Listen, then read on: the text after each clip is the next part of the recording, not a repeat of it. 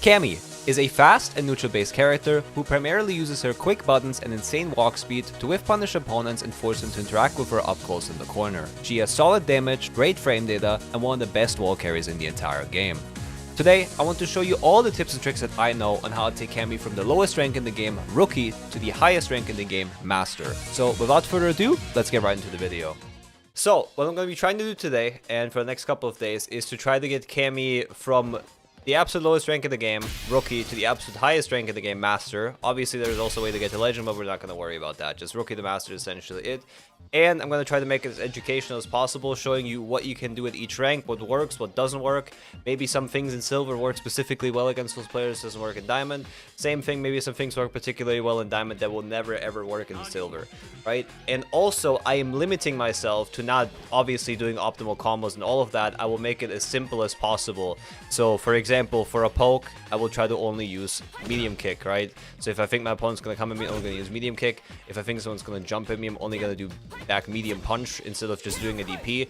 So, like, taking as much energy away as possible to just show that, like, no matter what, if you have good fundamentals, you can climb. It doesn't really matter, right? Which buttons am I actually going to be using? Which buttons will I not use? And what will I try to do and not do? For anti-airs, so anything that's an anti-air option, like him jumping at me, I will never do an actual DP, so I will never, like, walk back and forth to DP. I will always go for back medium punch. This is it. This is all you're going to have to do. As soon as you see somebody jump, back medium punch is all that's important as Cammy really here.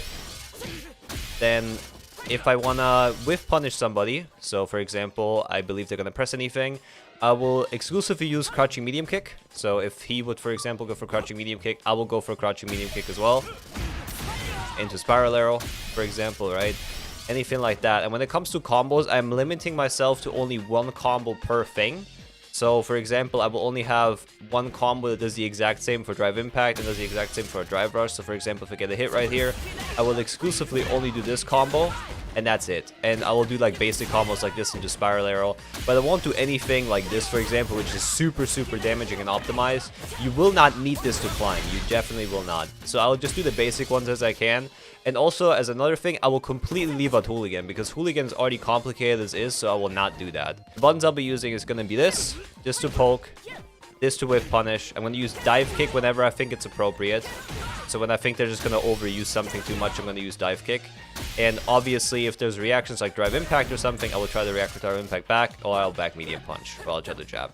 Anything like that, I'll usually just try to use those pokes. For now, that's like the strategy just to get into silver, gold, platinum, and then from then on out, the strategy will change over the course of the session. So we're going to add more and more the further we go into, right? The further ranks we go, we're going to get more and more into it. All right. New challenger, perfect. We're Rookie with 0 LP, so we actually have nothing. Alright, so if this Cammy comes at us, we'll do that. Alright, we're just gonna punish this. She comes towards us, boom. Oi. Take the punish. Take the punish. So usually, again, one of the biggest tips I can give you when you're playing neutral with players, always try to look into the air after you press a button. So let's say, for example, not right here, obviously, right? But like in neutral. So right here, if I were to press a button, I would look into the air afterwards to see if they jump so I could back medium punch. That is always the goal. This is also something you can do later on. Once you learn how to do actual DP inputs, this is another thing.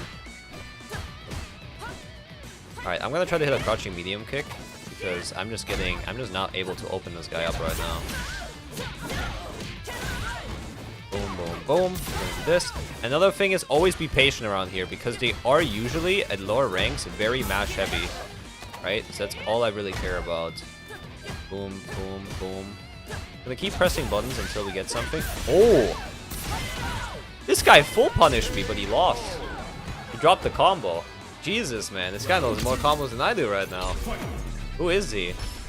Oh, because you have good fundies, doesn't matter, right? If you have good fundamentals, does not matter.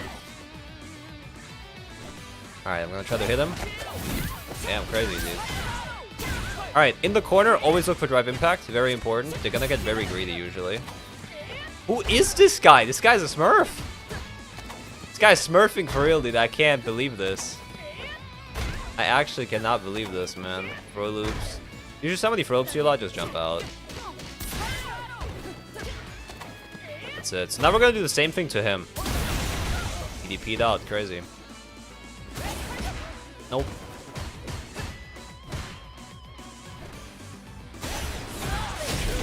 Jesus, man. Dude is actually smurfing. I can't believe you have a smurf in here. He's just like me. He's just like me. Push that. Jab in the throw. If you don't want to go for a full string, you can always go for jab in the throw. So you do like this, and then you go for a throw. Yeah, poke, poke. Did you jump? No. Patience, patience, patience. We just wait for something to happen. Here we go. Boom, boom, boom. Usually around these percent, so like during burnout, they're way more likely to actually jump. So you should look for jumps a lot more when doing anything. Like right here, you see he jumped. But yeah, I think it's time we just, right? One of these, small little combo, and then we're patient again because they're gonna super, right? Patience rewards extremely hard in lower ranks. It does in every rank, but in lower ranks especially. So now we have a Zangief on modern, and again, same plan strategy that I'm gonna do. Oh my god, crazy, crazy, crazy, crazy. But yeah, usually Zangief tries to just go for like as much throws as he can. So jumping normally is a good solution in the corner, even though jumping overall can be risky.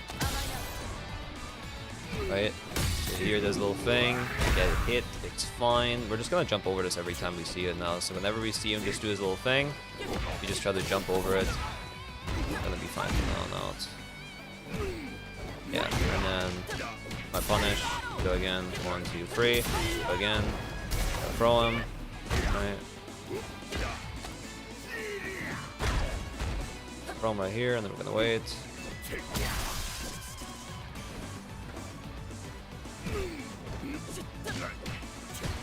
Whenever I just see him do the bear hug, I'll just jump. It's my only goal. It's my only goal. Only Smurfs and Roki and see, the rank matches we did earlier were completely fine, by the way. Like, I actually was able to show everything. So it's just weird. It's just genuinely weird, man. All the Smurfs are coming out now to play. I'm just gonna try to hit this. I'm gonna try to jump. There we go. Then we're gonna do a simple punish. The reason why you want to jump when Zangief has level 3 is because of that super. You cannot jump it during the animation, so you can't just not do anything and then try to jump. You have to always jump that preemptively. Other supers in the game, if you just like don't do anything, like no action, you can jump over them. For example, Cammy's level 3. You can block Cammy's level 3 and then full punish it. You can do that with Juri as well. You can do that even with another command grab in the game, which is Lily, right? Yeah, my only goal is to just get this guy to do anything else other than block, and he will, or like mashing, I guess, and he will not, so, no. 8-up patient you have to play against Geef. It's almost like everything that I am showing you pretty much is just meant to be how to play patient, because all I do is patience for the most part in these games, right? Like a lot of the time you just have to wait it out. Boom. As you can see, it's gonna use that thing a bunch, so we're just gonna try to punish it. We're just gonna wait it out. We're just gonna be patient right here. If we see him jump, again, we not crouching medium punch, sorry. We back medium punch. We see him, and obviously we have to be close for it. But yeah, I see this guy do it. I just jump over it on reaction, and he always presses buttons. So we're just gonna have him come to us, right? And we punish him for it. Wow, we got hit there. Crazy.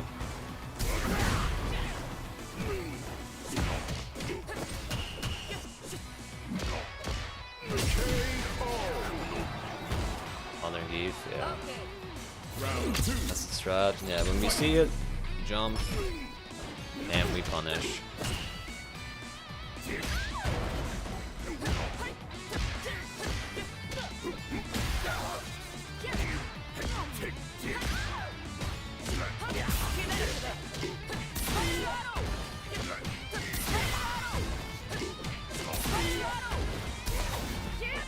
Alright, we're just gonna throw him until we're done. One more. poking, that's it. I like Cammy. So, the same strategy applies. Oh, this guy's actually patient. That's great. So when you're fighting somebody... Never mind, he's not patient. I take it back, he's not patient. So if you're fighting somebody that usually is patient, what you're gonna be able to do is just push him into the corner for free. But I was wrong. So I'm gonna throw him right now, and then I'm gonna dash towards him and be patient. There we go. And why are we patient right here? Because patience at lower ranks pays off. It pays off dividendly. It pays off massively because opponents will always try to press something. And if you catch somebody pressing something, you can punish. And once we hit the higher ranks like gold, I will show you how to actually hard punish something like this, and you will benefit from it really great. Because now that when you're in like bronze or rookie or iron, you don't really know how to punish things yet, or which things are even punishable. But one of the things that are the most punishable in the game is by far EP punishes. So punishes like right here in the corner are the most important. I'm gonna throw him, and then we're gonna throw him again, and now I'm gonna be patient. Now I'm just gonna block. Wait for something. There we go. Drop my combo. Classic rookie mistake, I know. Alright, patience again. Just punish him right here. We're gonna do that. Oh, see? If we were patient again, we had it. I just did not believe he was gonna go for something again. But as you can see, patience really pays off here. It really, really does.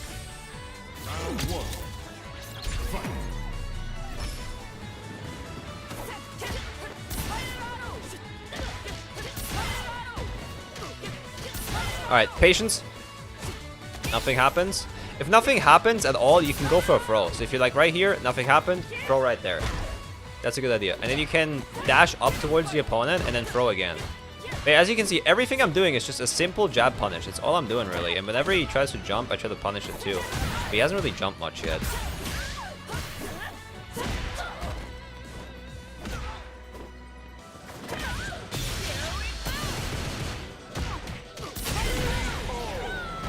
Drop combo, my guy. Round 2. Fight.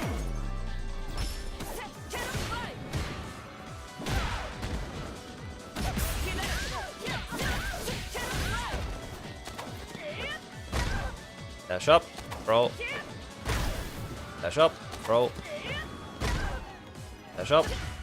Press buttons. And now, we're patient. Right, because they're gonna do something, right? When they do something, we punish it. It's important. It's a lot better for you to experiment as like a lower rank player. It's a lot better for you to just try to punish something afterwards. Like if you see somebody hit you, it's a lot smarter to just try to hit them back, right? Like on a block, for example. Like if I would use spiral arrow, right, on block against my opponent, like, and you were my opponent, right? Just jab. Just literally jab. Just try to jab. Try to punish. See what actually works, because you will find patterns and moves that will not work.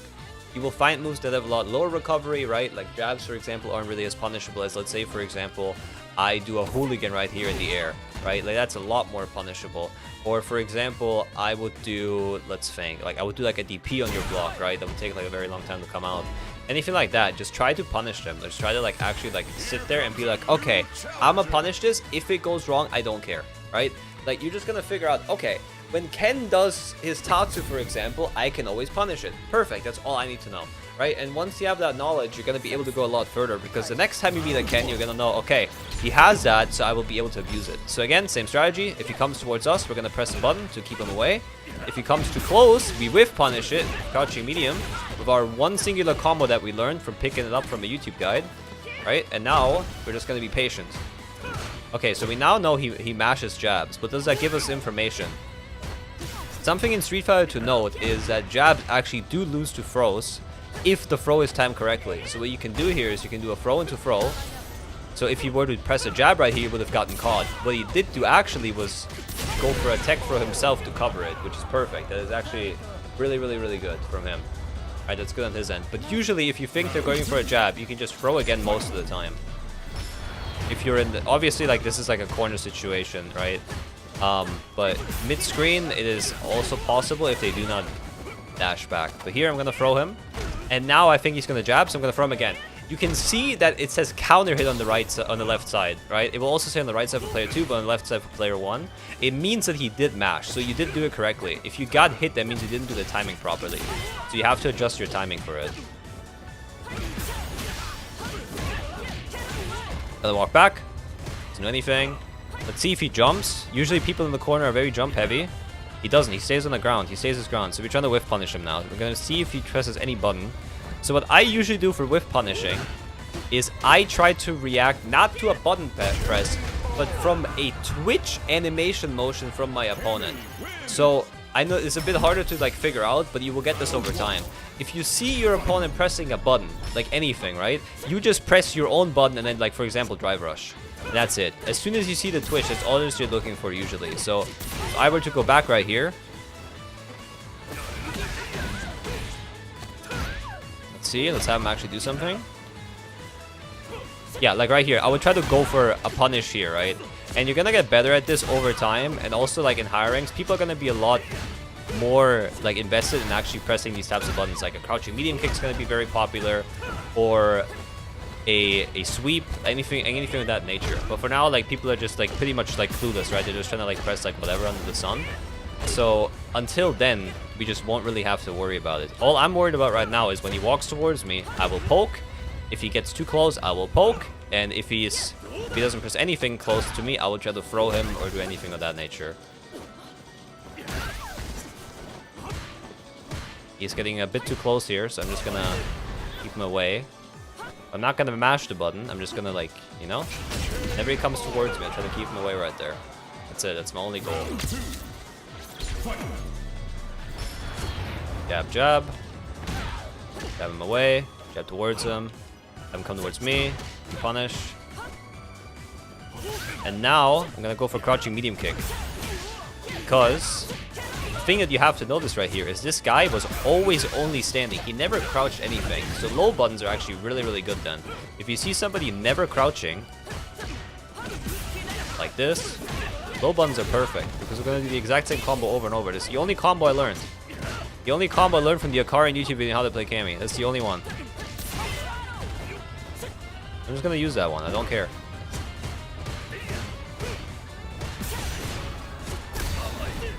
Jump over that, jump again. Now we're gonna be patient. Okay, nothing happens, it's fine. It's better to be patient and not die, right? Than to just die because we were impatient.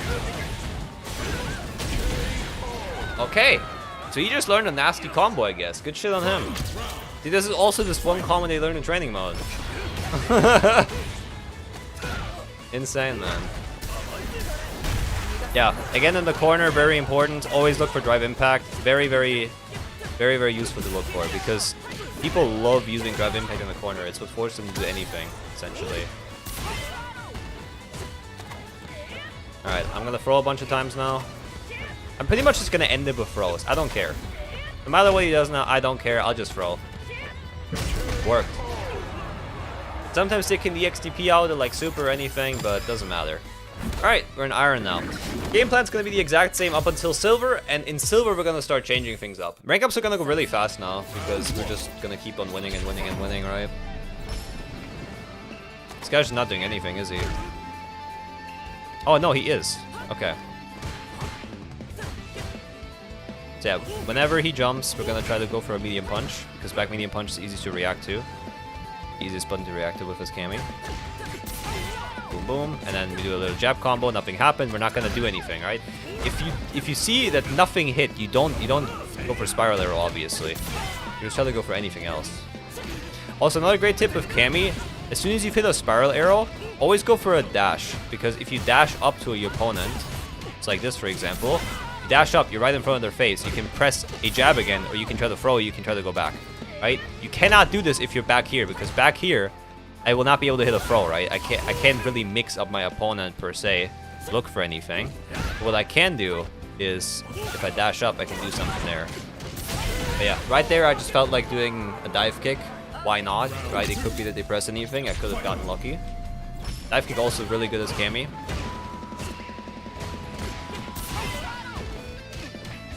Two free, and then we walk back. We're patient.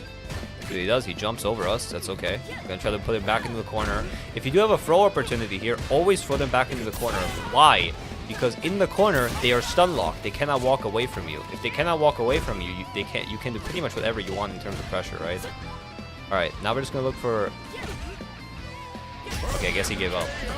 I guess he just gave up after a bunch of light matches. Unfortunate. But regardless, right? If you have them in the corner, it's a lot better for you because they cannot really escape. Their options are going to become very limited in what they can actually do because they cannot walk back and forth, right? They cannot actually play a neutral-based game with you. And a neutral-based game is usually played with having any sort of range because I can walk out of your threat range and walk into it, right? And if I can do that, I can punish you for pretty much anything you want to do. Isn't possible if you're in the corner. So always try to throw your opponent into the corner if you do have a throw opportunity. Very, very important. Boom, boom, boom. We got our hits. See how effective the low is, by the way? While we're at it, do you see how effective this low button is? So if I were to just press jab, right? Most of the time, it would just block. This Cammy doesn't want to block for some reason. But you saw it earlier. The Cammy was blocking this, right? But she wasn't blocking the low. And if she's not blocking the low, that means you always get a free conversion. So make sure to abuse that. Walks towards me. I'm going to just poke her. And there we go. We got the kill.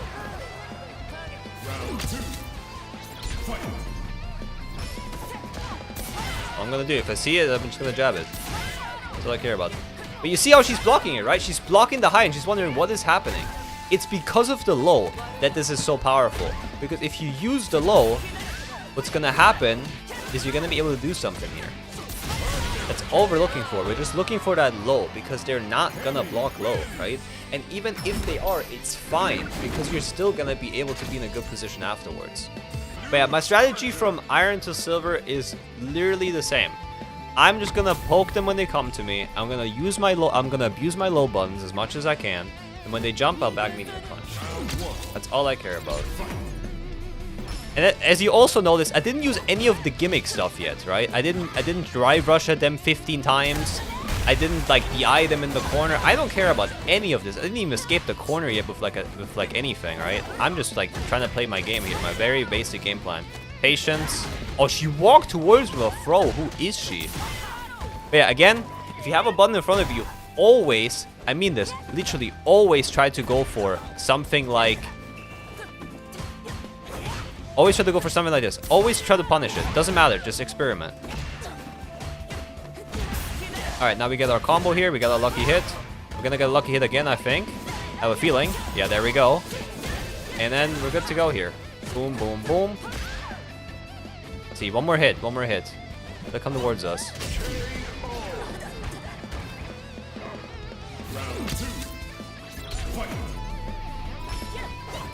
Boom, boom, boom. As I said, right? Now we're gonna wait. Press a button here. Gonna get my drive rush. Get my drive rush combo that I practiced. This is the only combo I ever practiced in my life. I'm just gonna get this one. Right, so we can have some damage. Boom, boom, boom. So just wait. Alright, so she likes to just press buttons a lot. So we don't really have to worry about anything, right? Because our buttons always come out first. Due to her being a knockdown, we can just go over this over and over. Doesn't matter to me. Does not matter at all. I do not care that this Juri just mashes. All I care about is just punishing her for it, you see? Does her little jump in at me? I'll jump at it. And I'm not trying to react to drive rush in the corner, in neutral ever. Why? Because drive rush in neutral doesn't really matter. You're only really worried about drive rush. Sorry, drive impact. You're only really worried about drive impact here. Because in the corner, you get a big punish for it. And also, it's a big momentum swing if you're wrong. So during the corner here, always try to look for it. Always try to look for a drive rush or a drive impact. These are the two options that you're mostly going to be looking for. If they jump, that's fine too. You're going to be able to maybe sometimes react. But drive impact is just the #1 thing to react to because it's so punishing if you're wrong. It is so incredibly punishing.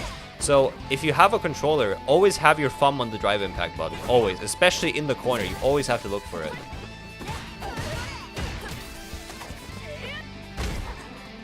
For the words, another throw. I'm just going to keep doing this until she changes up her pattern, right? I'm just going to keep doing this. Alright, she jumped. I can't do anything about that. I am not able to react at this level yet. I'm just not gonna do anything. I'm just gonna keep mashing my buttons over and over and over until I'm correct. And if I'm not, that's fine too, right? Right there, I caught it with an air throw on subconscious reaction that is on me. Usually you would have been able to like back medium punch there as well and you would have been fine. But that was just my like own like subconscious reactions I've practiced over years. Not over years, over months. Actually, no, it was over years because Guilty Gear as well. Guilty Gear Strive. But it doesn't matter. Same game plan still applies, right? So that was just like a bit of a better move. You could have pretty much done anything. She only had 1 HP left there. Okay, we're about to be bronze. Go. Round 1. Fight.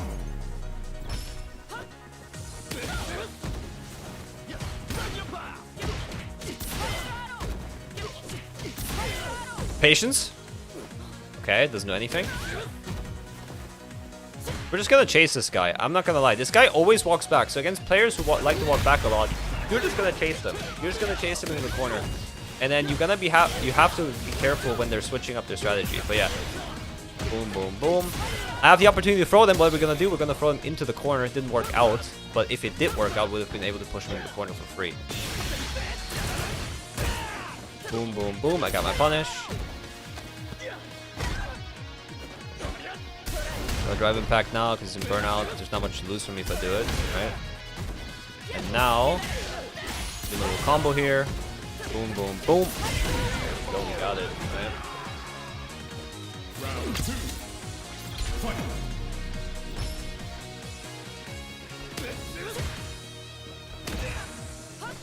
We're just gonna stop him from doing that. We're just gonna try to go for a punish here every time. Little punish.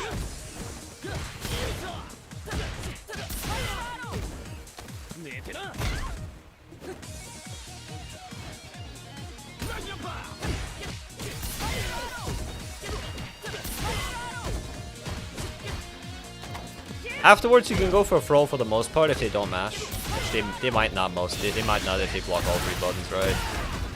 They're just gonna be there for it.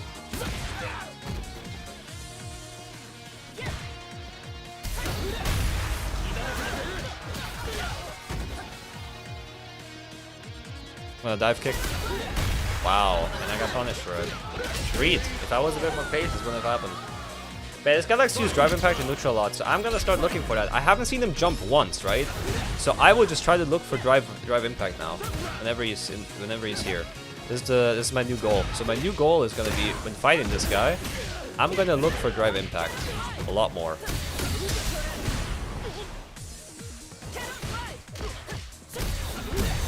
Right? Because if I have drive impact and back, I can punish him, and now his options are pretty limited in what he can do. There we go. Right? Just like that.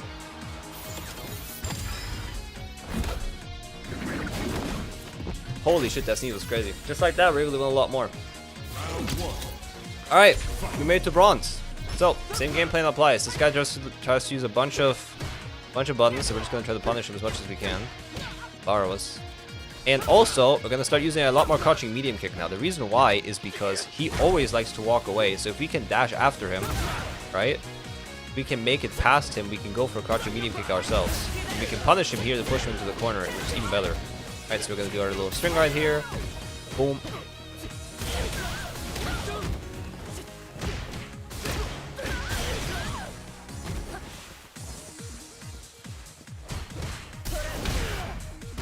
I'm just going to try to drive impact. I know he's not going to jump, so I'm just going to do this a bunch of times until he is forced to either jump or do something else. But he's just never gonna. The looks of it. Yeah. Round 2. Fight.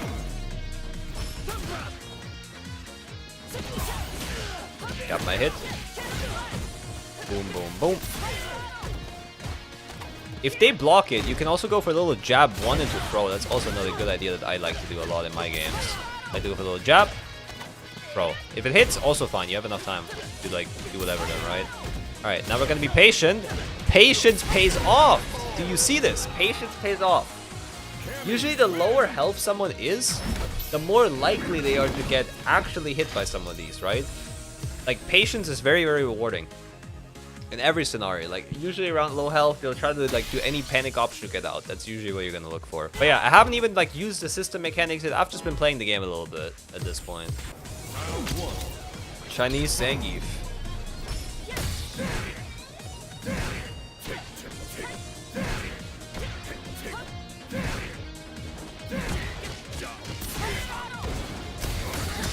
This is literally the drive impact killer of this combo, by the way. If you think they're gonna drive impact, dude, you can just do that. You can just do that. Whenever we see the bear hug, we jump. Really important. Whenever we see the bear hug, we jump. Very important. We're just gonna keep doing this. I don't care.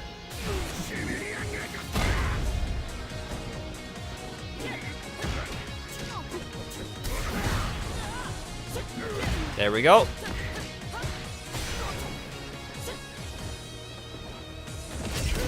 We hit it. Round 2. Fight. Punish. Punish.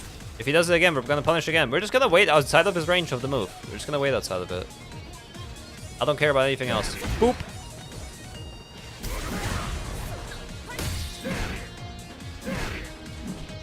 We're just gonna keep on doing this. We're gonna keep on doing this, then we block. And then if he jumps, he gets frustrated and he jumps, what we're gonna do? Back medium punch. See? There we go, that's all we care about. Even if it doesn't work out sometimes, it's okay. Drive impact doesn't matter, we have our combo.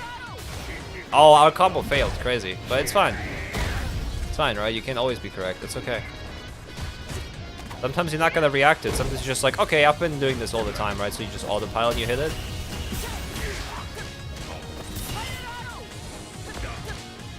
There you go.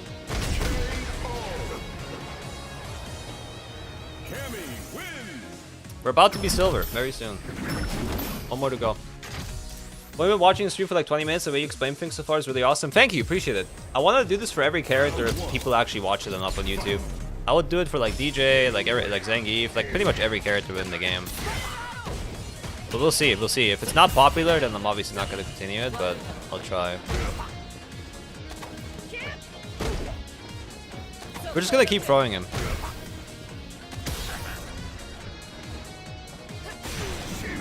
Maybe Jamie next? We'll see, we'll see.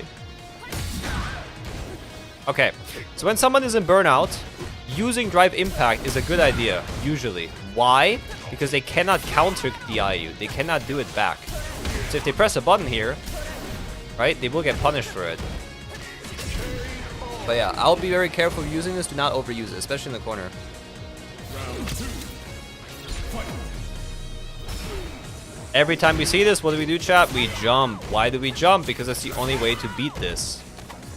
We're just gonna keep on pressuring him. I don't care about being patient against this guy. Why? Because he always presses buttons that aren't in our worry, right? Like he does like a drive impact that we can like punish. He does parry that we can throw. Like anything that he does isn't really a threat to me because I can just, you know, right here, do this again. And then let's have him walk towards us. And then we win that.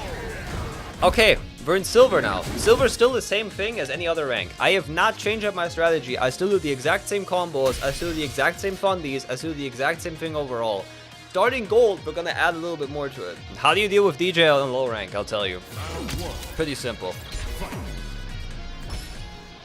It's pretty simple, right?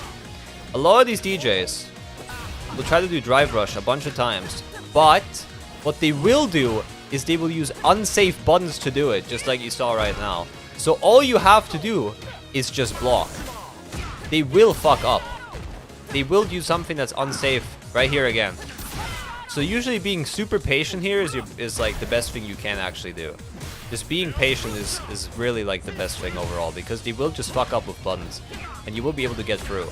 Another thing I do suggest a bunch is because they're crouching a lot, you are going to be able to just get a throw a lot more times than you think you will. So what you can do is just walk up and throw right away. Don't even go for jabs too much, just go for a throw right away. Like no matter what. Characters that are charge characters, so things like DJ, they will just literally sit there and just not do anything because they're waiting for you to like jump so they can like do like anything, like a drive rush or like a drive impact. Or a DP, right? They're just waiting to like punish you for anything. So if you're right here, you can do something. I missed my throw here, otherwise I would have gotten it. Also, fireballs in general, I think the best way to deal with fireballs for now is just to parry them. Don't worry about anything else, other than just parrying them, really.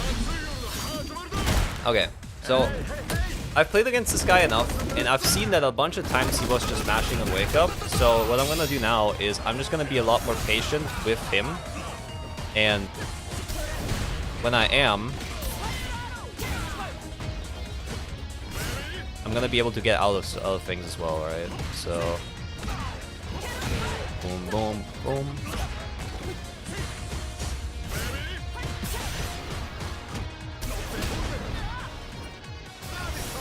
I died. Not using specials yet. I don't want to use spin knuckle yet because it's too accessible. I want to give you a reason to use it. So yeah. Hey, Flutsa. If you want to deal with these fireballs, either parry them or jump over them is like the best solution. Jumping over them is a really good one. And yeah, because he's crouching a bunch, you won't really hit him with the low trick that I showed you earlier, right? Because he's a charge character, he wants to hold low. So again, we go for a lot more throws. That was a misinput, by the way. We go for a lot more throws here. We just want to hit our thing, right? If it doesn't work, does not matter. We're just going to go for a throw no matter what.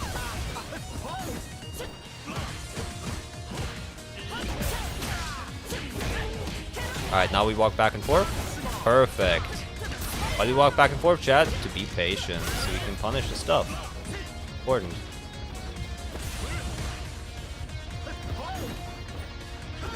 Patience, bunch of patience. We need a bunch of patience right now. Because we're low HP, right? This is a clutch situation. We need to get the next hit in. So we're gonna go for what? The throw. And now we're gonna walk back. I don't want to risk anything. I don't want to interact with this guy, right? And we get the throw and we win. There we go. See? As I said, if they're crouching a bunch, just go for the throw. Does not matter. Alright, this is a silver player. I'm doing the exact same stuff as I was doing as earlier, right? Like, it does not matter at all. You can climb very easily doing a strategy. Boom. I think I can punish this, so I'll try to punish it. I don't care. If I'm wrong, who gives a shit? Right? Go again. Then I just know this button is not punishable.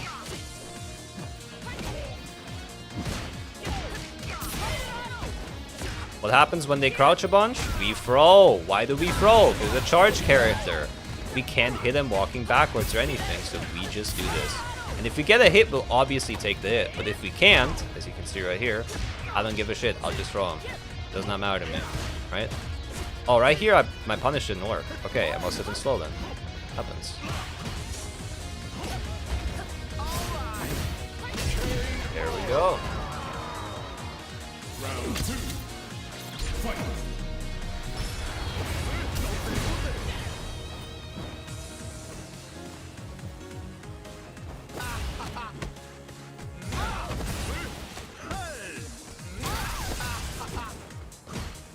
If they...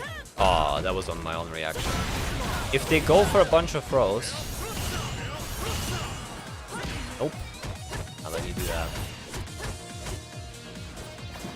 Oops, that was a miss, but it was a back medium punch. If you go for a bunch of throws, you can just jump over it. Don't worry about it. See? We're gonna be patient here because he's gonna level 3. What did I tell you? Why was he gonna level 3, chat? Because in previous iterations, I saw him mash. What does that mean for us? It means that he's gonna be a lot of the time he's gonna be impatient and he's just gonna do things, right? And when he does that, it's our turn to play the game. There we go. Okay, Dhalsim's a bit of an interesting one. So Dhalsim is a character where we cannot really do the same strategies we can against others. But what we can do is press a bunch of jabs against his buttons, right? So if we believe he's gonna go for something, at a far range, we can still press our buttons, but we just cannot do it when he comes towards us. We just have to be more aware that, like, he might press a button, and we just gotta, like, punish it like that, right? It's like from a very far range, because he's a very different character from everybody else. Against Dhalsim, our goal is to just get our combos and keep him in the corner as much as possible. Why do you want to keep him in the corner? Because he has very long limbs. And the problem with that for him is he cannot press buttons quickly. Long limbs take very long to come out. It's a pretty natural thing, right? The longer a button is, usually the longer it takes for a button to come out. So we're just going to abuse that fact and we're just going to punish it when we believe he's going to go for one, right? Like, okay, I believe he's going to go for a button here. Perfect. He didn't go for one. That's great because he didn't get punished, right? It doesn't matter, right? Like, we're just going to press a button just to make sure to check him. So you can't just press him over and over. And the closer he is towards us, the better it is for us, because when he's close, what happens? He can't press his buttons. Right? He cannot do anything. We're just gonna keep him here. We're just gonna try to throw, keep him here. I'm just gonna keep up the pressure as much as I can. Right? That's all I care about. I just care about getting the pressure. If he's in the corner, what do? We always look for the drive impact. Why do we always look for the drive impact? Because these players love doing that. Cammy wins. These players love doing it in the corner. Everyone in ranked loves doing drive impact in the corner because it's a very iffy situation for them. It's a very bad situation. So you always look for the drive impact and react.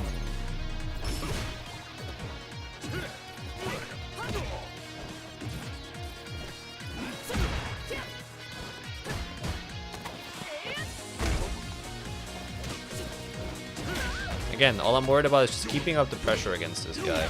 I need to be as close as possible, and when he presses buttons, I will try to press buttons back like so.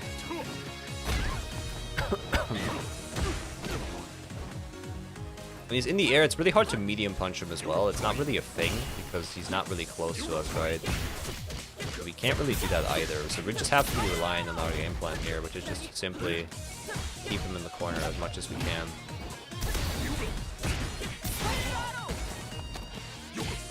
Being patient against this character usually isn't a good idea because he doesn't have any good options to get out. You just gotta like do your best to keep him here, you know? Round 2. Fight. I'm gonna get a little greedy here and drive impact, and I just want to see what happens. I just want to see what happens with a drive impact then. Alright. That info pretty much told me nothing. I just used that button for fun. It's fine. I'm gonna keep him here, alright? All I care about. All I care about is keeping this guy in the corner. And again, because we're in the corner right here, what are we looking for? We're looking for a drive impact. Yes, it's magic, huh? It's like it's magic, dude. It's like it's magic. We just wait for it. We're like, we're just gonna play our playstyle. We're gonna do what we do, and then it's like, okay, he's gonna drive impact. No shot, he does it, huh? Insane, man. We're just worried about if we see something, we punish on block. We're not advanced enough yet. We're silvers, man. Gotta wait till we're like platinum or diamonds to worry about actual punishes, right? So we're gonna just do this game plan until it's gold, and then we're gonna swap it up. So we're there.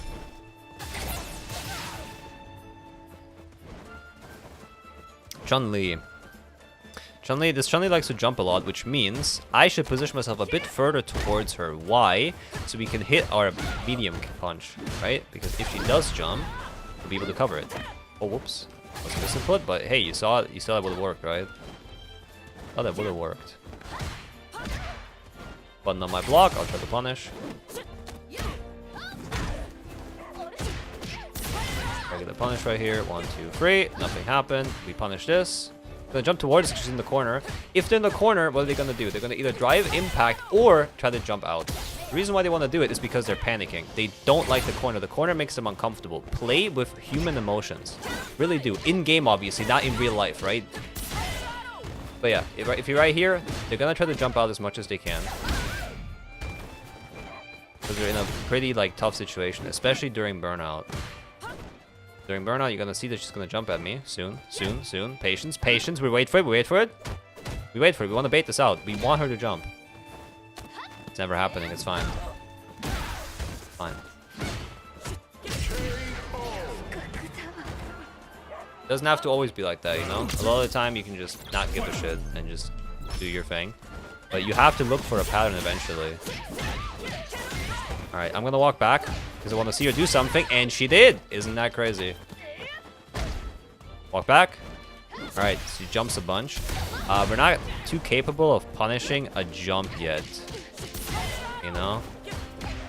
We're just gonna not worry about it. Whenever they jump, we just try to go for buttons instead. Because buttons catch jumps. You don't have to worry about an anti-air much. Cammy wins.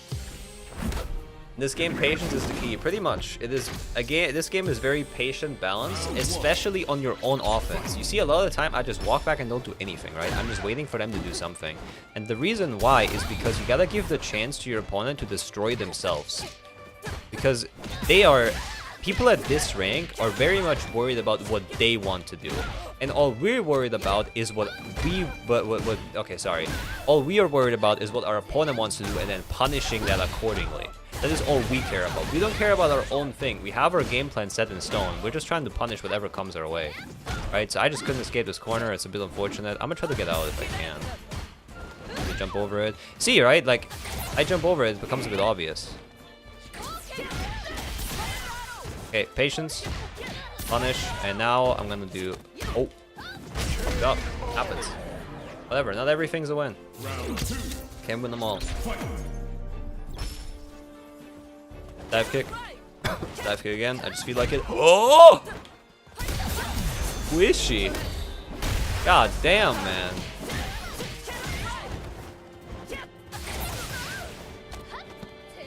God damn, dude. Who is she? I'm gonna use my punish. The punish that I learned to use, right? And now I'm gonna be careful for what? I'm gonna be careful for drive impact. So while I'm jabbing her, I am looking for drive impact. And if it's not happening, I'm just gonna continue my pressure, right? So I'm just gonna press my jab, drive impact. No, okay, my mind already goes away with it. You gotta make sure that you're not looking for it by itself. You have to look for it for a short instant. So it's just like during a string right here. So if I were to press a button, I would look for a jump. Why? Because if they do jump, I can react with anti-air, right? And if I cannot react with anti-air, if I'm not, like, I cannot react with it if I'm not looking for it. So I have to look for it. It's like, okay, drive impact, nothing, perfect. I just move on. I'm gonna go to the next sequence, which is just gonna be to try to throw her, right? She's in the air, I try to air throw. This is just what I'm reacting with naturally. There you go. Right, our skills improved a little bit because we already went from rookie to silver, so I can do stuff like this a bit more. It is what it is. We have to be worried about things a short instance of a time. Do not do it like simultaneously. I can't simultaneously play neutral and look for a jump. It's impossible. But what I can do is neutral, neutral, neutral. Press a button. Now I'm looking for the jump. Press the button. Okay, jump. No. Perfect. Right, I get my hit confirm anyway. Doesn't matter. If you jump over it though, I can punish it. If you had a fireball at this rank, you would get a jump in every time. But I'm playing Cammy. This is about Cammy. This is not about Ken or Ryu or Juri or whatever. This is what Cammy can do. This rank. We can do a fireball. We're not worried about what we don't have. Okay. Patience. Zangief, be patient. This is why you're patient. This bear hug almost killed me. I'm just gonna wait for something to happen, right? Anything that's like laggy or something. Just keep mashing jab, man. Mashing jabs like this early on, it will beat drive impacts. It will beat them in general too. But drive impacts are a lot more likely to happen, so... I'm just gonna keep mashing. Until this Zangief shows me another option, I will keep on mashing. Why? Because you don't need to use your brain where it's not needed. I don't give a fuck about what this guy wants to do. Unless he doesn't punish what I do, it does not matter. I will continue doing it because it's the right punish. Don't think too much. Honestly, do not use your brain. As long as you don't use your brain in this situation, just always repeat the same pattern until he switches it up, then you use your brain again. So right here, after doing this a bunch of times, what's going to happen? He's going to block a lot more. So now what does it allow me to do? Bro. Why does it allow me to throw? Because he is blocking. Now he's going to start pressing buttons again. What's going to happen? I can do the jabs again. I'm going to throw as much as possible until he techs. Didn't happen. Did I need to use my brain here? I did not. Why would I use my brain? Why would I think, oh, maybe he does this or this or this? I don't care. I will throw you until you change. I don't care. If you don't change as a human being, I will not change. I will not change my strategy ever. I don't give a shit. You will get thrown 5 times. I don't care. You will take this punish 10 times. I don't care. I do not worry about what if XYZ, YZ fucking BY square happens, dude. I don't care. I just care about mashing. Okay, I will press a button. He blocks, I will throw. He presses buttons from a far distance, I will whiff punish. He jumps at me, I will anti-air. I don't care about anything else. Nothing else matters to me. Absolutely nothing else matters to me. Just my one strategy that I'll do. I just care about what he wants to do, not what I want to do. And I will try to counter it. And if you try to counter it, what happens, you will win games. Countering your opponent wins you games. It does. I'm gonna try to press a jab, and I see he blocks. So I'm just gonna keep throwing him until he does anything. Okay, now he teched the throw, which means now am I able to get away with it, chat? I'm not. So now what I do is I'm gonna jab. Okay, right there I fucked up because I used a button that couldn't be drive impacted. That's a mistake on my end. You should never use a button here that can't be drive impacted. Why? Because people love using drive impact here. You just have to keep doing it, and then there you go. Same situation again. I used a button where I could drive impact, and you win. Just don't use buttons where you can't drive impact in the corner. It's really bad. Again, I'm still not doing any different combos. I'm still not doing any different setups. I'm still not doing anything at all that is completely different. I'm just doing my game plan.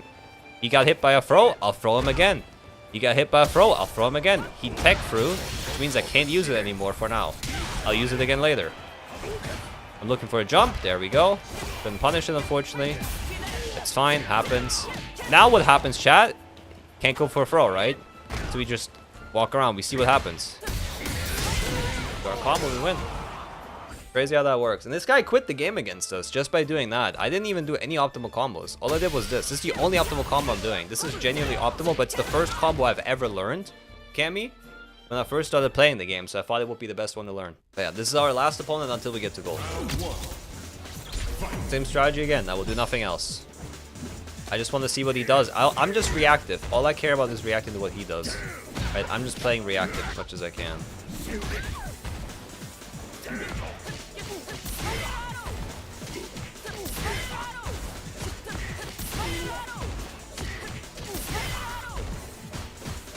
Stop working, chat. What do we do?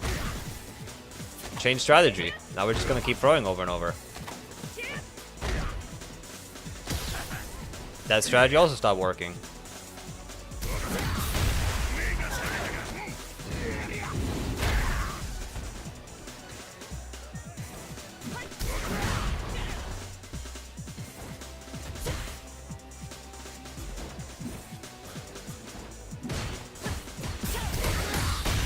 Oh, we lost that one.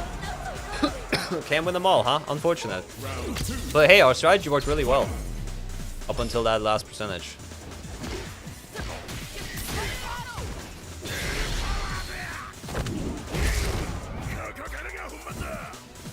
I'm gonna take the full damage right here because it's just level 3. But yeah, I'm gonna be a bit more whip punisher based now. I'm gonna just try to hit him with like a crouching medium kick.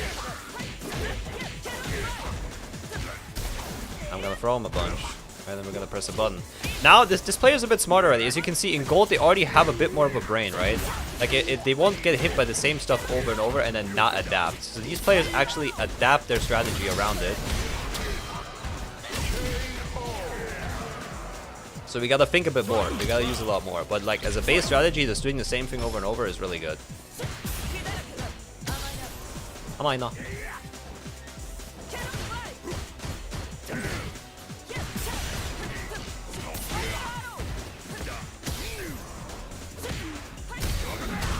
Patience now because we're in burnout now, right? Burnout is a really rare situation you haven't seen from me yet. But in burnout, the goal is just to be as patient as you can. And the reason why is because these people can drive impact a lot, and when they drive impact, you cannot drive impact back. Massive, massive issue. Massive, massive issue. There we go.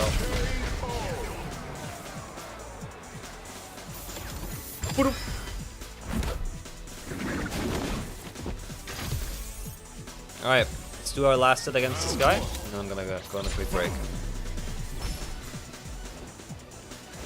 This guy starts jumping a lot. What does that mean for us, chat? It means we need to look for jumps more. If we look for jumps more, okay, change up strategy. Never mind. Change of strategy. We're just gonna punish him every time.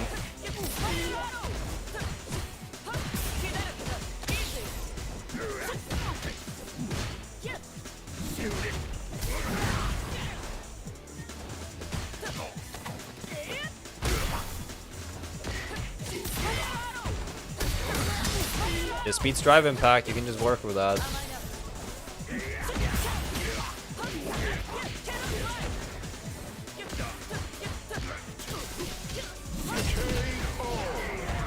Alright, just poke the bear, dude. Just poke the bear.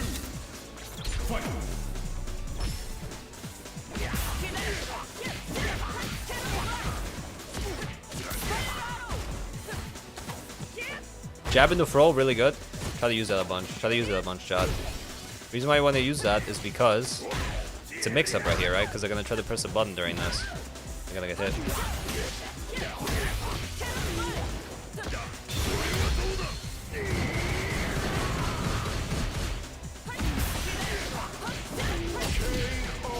Okay, so what are the lessons here from Iron to Silver? In Iron to Silver, the most common thing that people are gonna do is have one-way strategy that they wanna use, and they're gonna try to hit you for it. Play as patient as you can for most games. What do I mean by that? So, if you do hit a button for a while, you should look for a drive impact or a jump. Why? It's because they're gonna try to hit you for something, right? If you're in the corner, they will also try to go for drive impact a lot. Why? It is a pressure situation. They're very, very careful. They want to get out as soon as they can.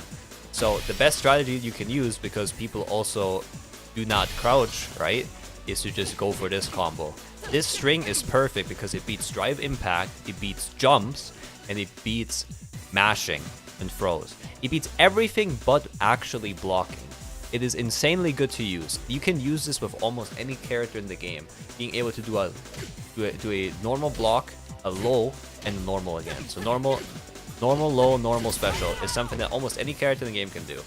It is really good. It works at the absolute highest level, and it works at the absolute lowest level even better, right? Because it covers so many options at once. So those are the best. Those are like my key takes, right? No matter what. All we had to do was learn one combo, abuse 2 different buttons, and just react to anti-air every now and again. And that's it. That's all we really did, and we got from rookie to gold within a matter of like less than an hour, right? Obviously, if you're completing this is going to take you maybe like a little bit longer, maybe like 5 hours, 7 hours, 10 hours. But my point stands, right? I didn't have to think about much.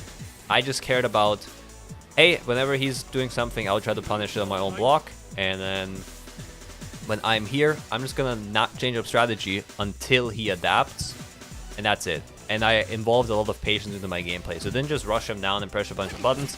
I just kept it patient, right? I just waited for something to happen. So the button here, waited a bit, this, right? And then you're completely fine. Okay, strategy meeting, boys.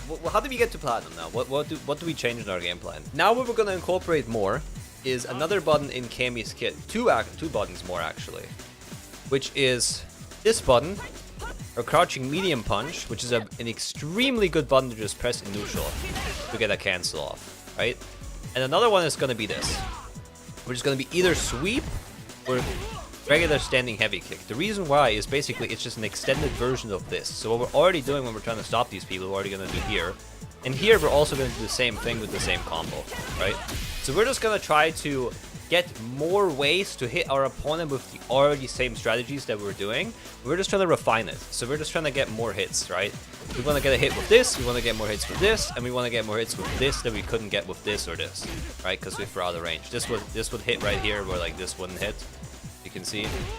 So yeah, we're just gonna refine our strategy. We're just gonna do exactly the same, but we're gonna do a bit more. And also, one more thing, we're now gonna start finally using supers as well. Right? Because I have not, if you've noticed, I haven't used any of these at all.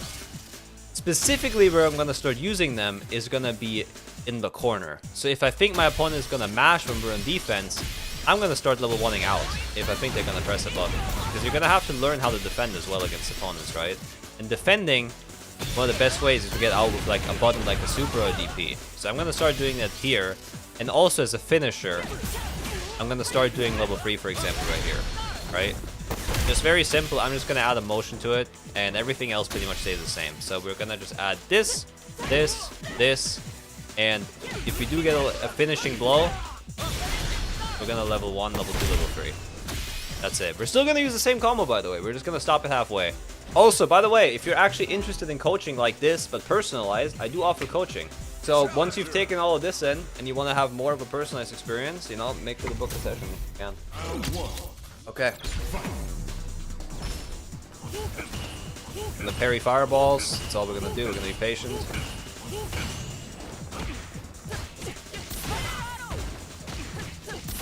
Alright, now we're going to be patient right here, see if he does anything. He does not.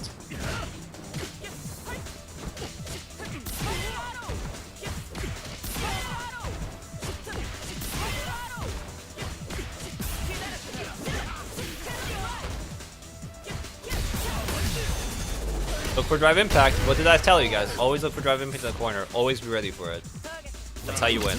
Always be ready for drive impact.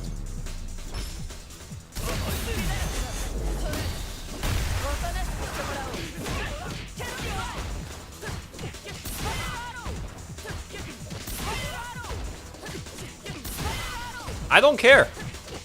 Again, I don't care. I don't care. I'm just gonna keep doing exactly what I'm gonna keep doing until he punishes me for it. I don't care. Because again, we just care about what he wants to do. That's why. But that's okay. I don't care.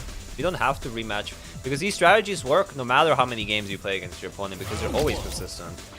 Those are the fundamentals. It's called fundies only. See, I'm not using anything fancy. I'm not doing anything crazy, man. It's fundies only.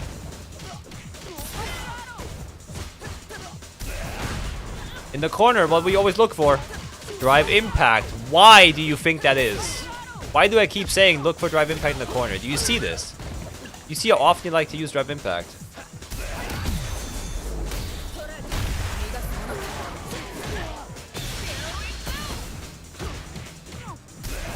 Again, drive impact. I couldn't react on time there because I wasn't looking for it. Biggest mistake of my life. There you go. Now I'm looking for it. Oop. See? We just elaborate on what we're already good at. We just expand on what we're already good at.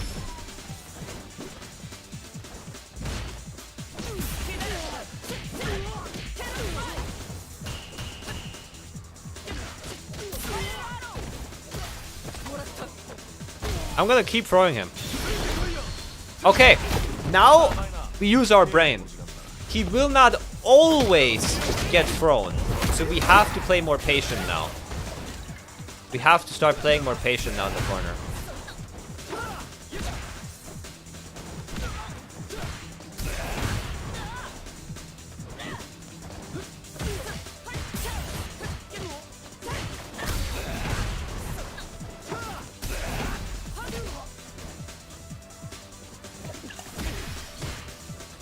Comes towards us, we're gonna do that. I don't care, I'm just gonna block.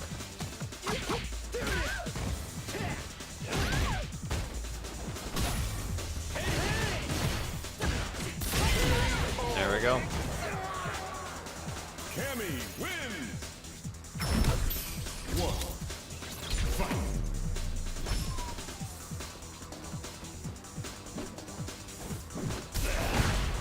Okay, we're in the corner here. This guy loves to use drive rush, by the way. No, sorry, drive impact.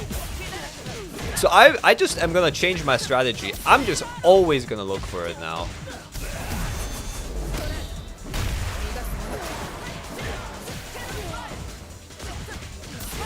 I'm just always gonna look for it now.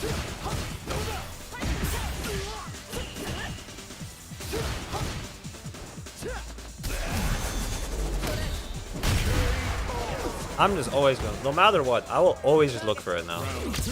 Like during my pressure, I'll look for it. Like during strings, look for it. Neutral, I'll look for it. He just loves pressing this button, so I'm just gonna keep doing this until he stops using it. See? I'm gonna use my level 1. It fails. It's my bad. Rookie mistake. Sorry. Sorry. Gold mistake. Gold mistake. Now rookie mistake. Wrong rank. Again, all I'm looking for is I'm just gonna play my game. And if he drive impacts, perfect. He's gonna reach level 3 soon, so pay attention to the meter, right? Because in the last interaction, there's a very high chance he will super.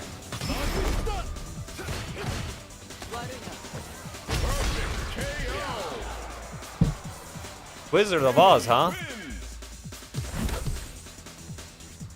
Wizard of Oz. How do I know this? Pattern recognition. I saw that he will not always, right? Just take it. He will level 3. How do I know that? Nick V is our last opponent before Platinum. Okay, guys. Now we're gonna apply everything that we learned against this guy to rank up. Be patient. Look for something to happen. Nothing's gonna happen, right? Look up throws. We're just gonna see. Now I already know he jumped over them, which means we can't just go for it again casually, right? Like he actually uses options, you see? This guy actually uses options, so I have to be careful. I can't just use it. So I gotta use multiple things now. I gotta start using my other buttons. I gotta start being more careful.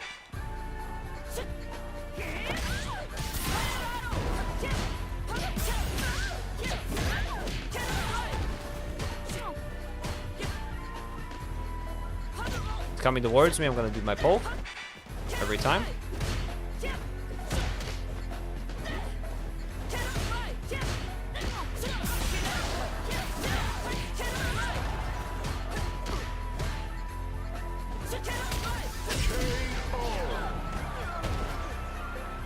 Round 2. Fight.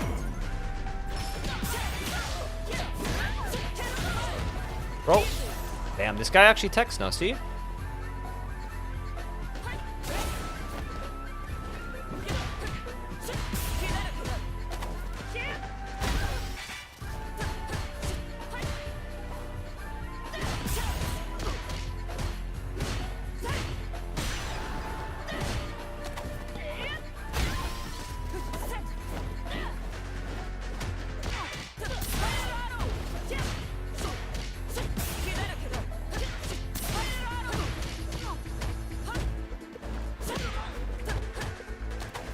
Throw him again. Now we're gonna be patient. Okay, patience did not pay off. It's fine though. So we just now know as info he won't do it at low health. He's not likely to do it at low health. That's fine. Now all I'm gonna look for is a button. There we go. Perfect. Look at that. Look at that. Platinum.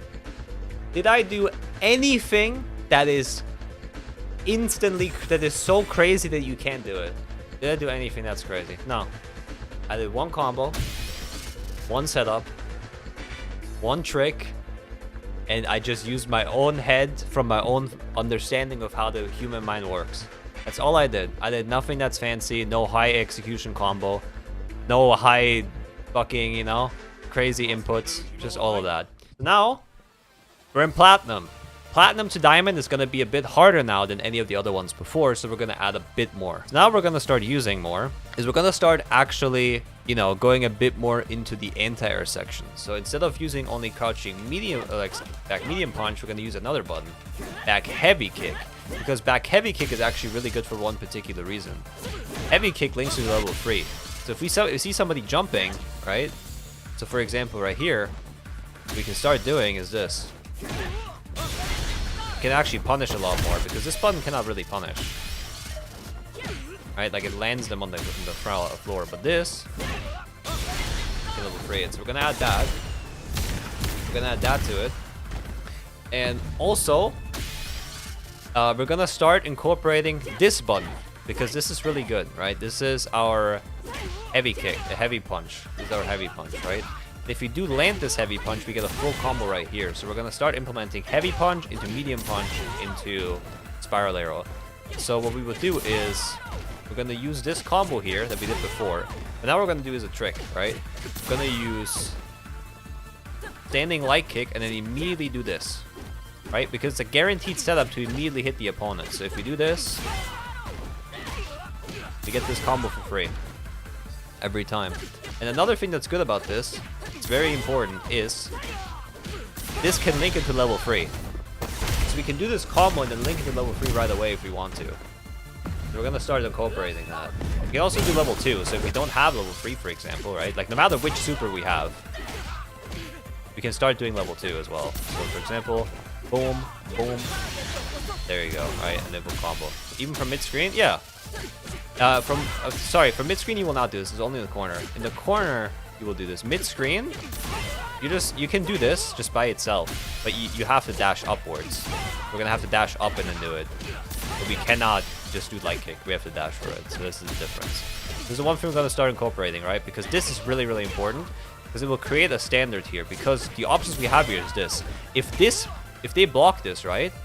You can always just throw afterwards because it's boss. And if you hit, you can hit confirm. You have the option of either or, right?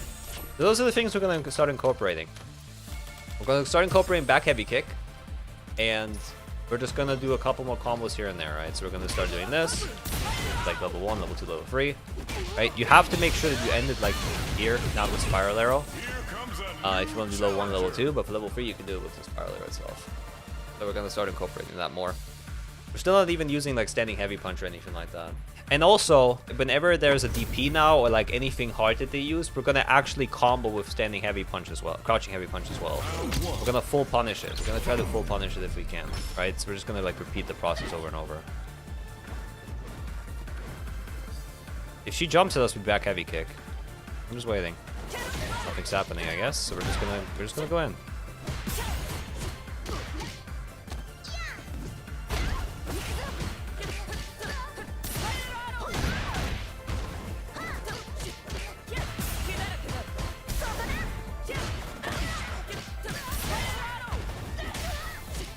Alright, so we're gonna start using this. See how powerful that button is powerful, so we're gonna start using that as much as we can now. This is something new in our arsenal now, right? This is a new button in our arsenal that we're gonna start using.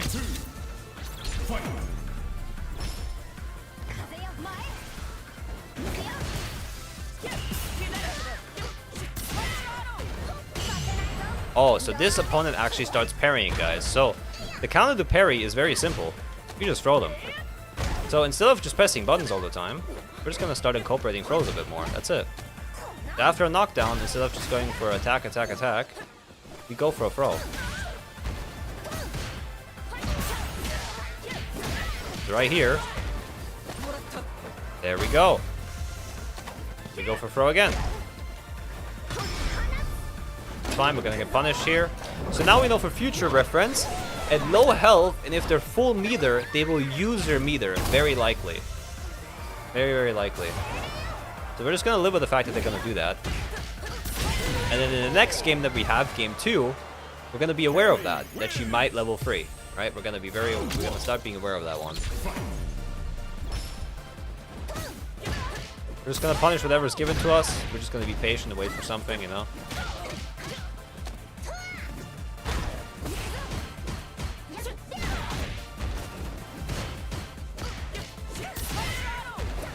Roll because parry. Roll because parry, right?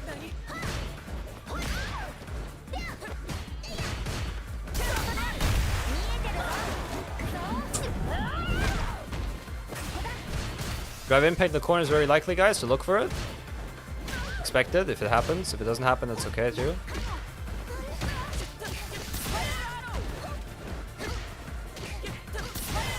And now we're gonna drive impact ourselves. We had a moment right there where it was worth it, right? So I wanted to use it. You gotta, like, at this point, right, you can start using other things. You can start drive rushing a bit in neutral. Because you're starting to understand how the game actually works now that you're in Platinum. You know now why, right? Why you would drive impact here. The reason is because you believe your opponent's not looking for it. Deck's jumping too much. Yeah, so we can just, you know, like, even though I'm not punishing it, we're still winning. It doesn't matter. Small punish here. Could have done pretty much anything here. Okay, level 3 is out of the way, which means it's not going to happen again. But nothing stops us from doing his strategy. So if we see him approaching here, nothing stops us from level 3ing him, right? As I said, we're incorporating this now. We have no problem doing this ourselves. We have no problem doing this ourselves.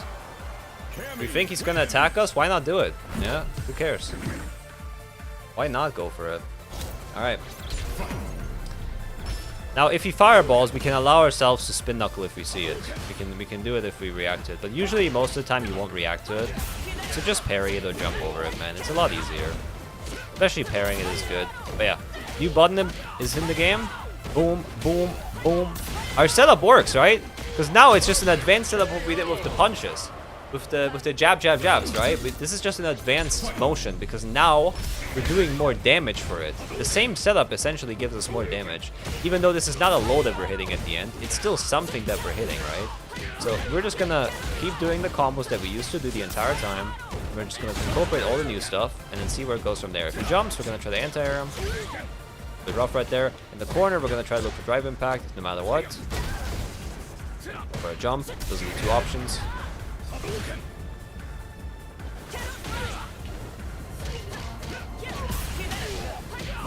And we're gonna use our meter because we also are allowed to use our meter, right? So whenever we have an opportunity to kill, I'll definitely take it. Finish! Cammy wins. Round 1. Nothing matters what we want to do. Everything matters what he wants to do. We just play proactive and we counter it. Okay, so he starts DPing now. What does this tell us, Chad? We gotta be a bit more patient when fighting this guy.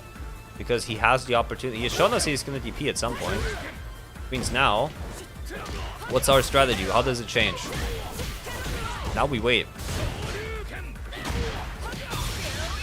And now, because of that, he's in the corner. Now what can we do? Boom, boom, boom, boom, boom. Same thing as before. Changing nothing. Same combo, same string, same game plan, same everything. Just more advanced. Just a bit more damage and everything. A bit more usage.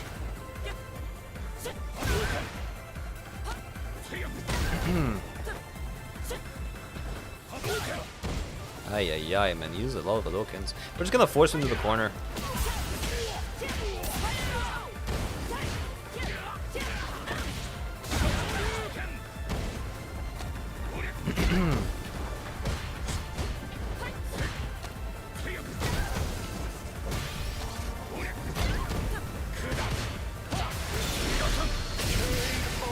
Good shit.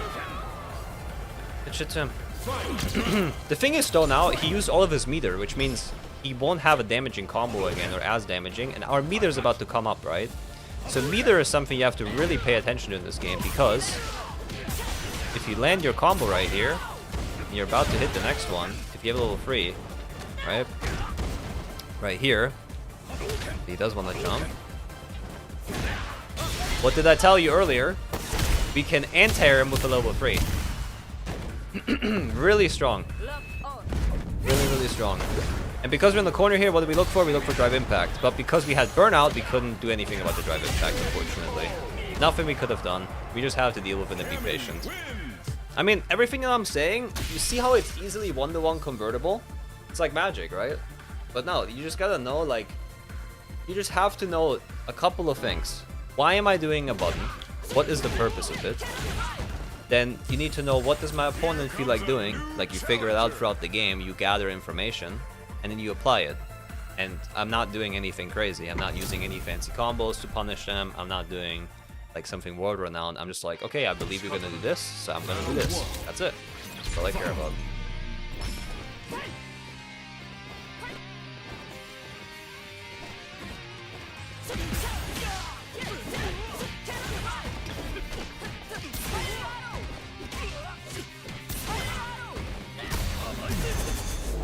Always look for drive impact. Did I not tell you guys? Always look for drive impact. And then always be patient. Round 2. Fight.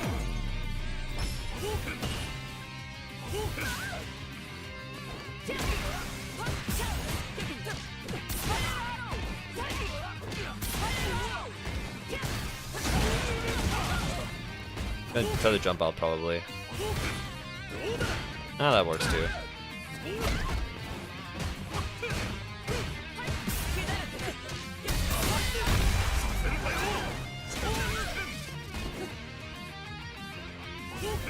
I'm gonna start looking for the Hadouken because what Cammy can do here is she can level 3 actually through it if she wants to. So I could actually look to kill here with it, but I don't think I will. Nah. I'm just gonna like spin knuckle through it if I can. Yep.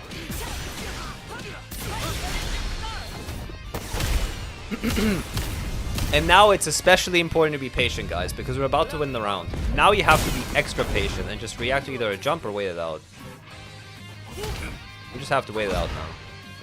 Oh, there's to it. We just have to wait it out until our bar is back up because we cannot interact with them. There we go.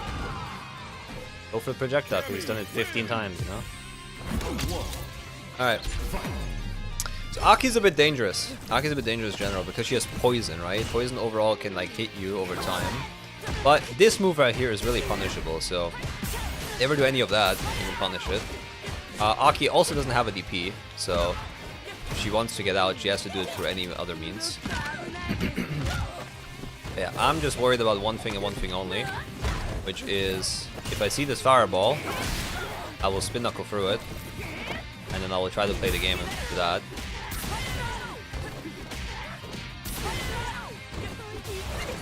Okay, she got out.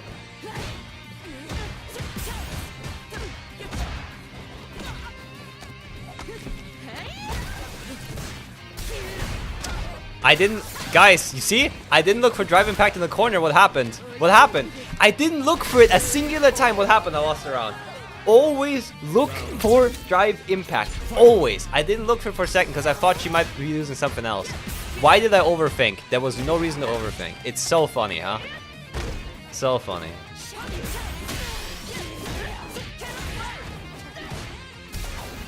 After this, we can throw because we're plus on block. You have the advantage every time, right? And we throw.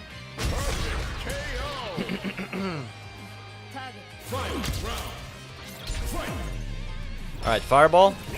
Spin knuckle through it. We can close the gap or hit her.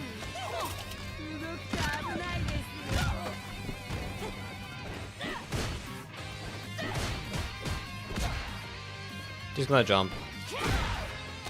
Why did I know that? Because she's panicking in the corner.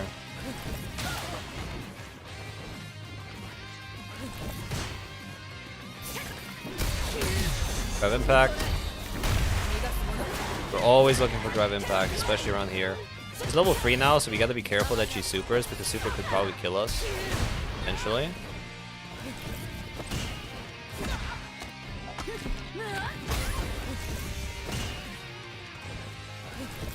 Alright, we're gonna have to play extra patient because we're on low health now. We're just gonna look for this fireball. Alright. Let's see if we can win this. See if we can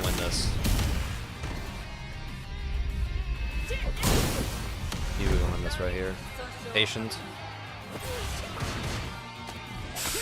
Oh, we gotta be so careful.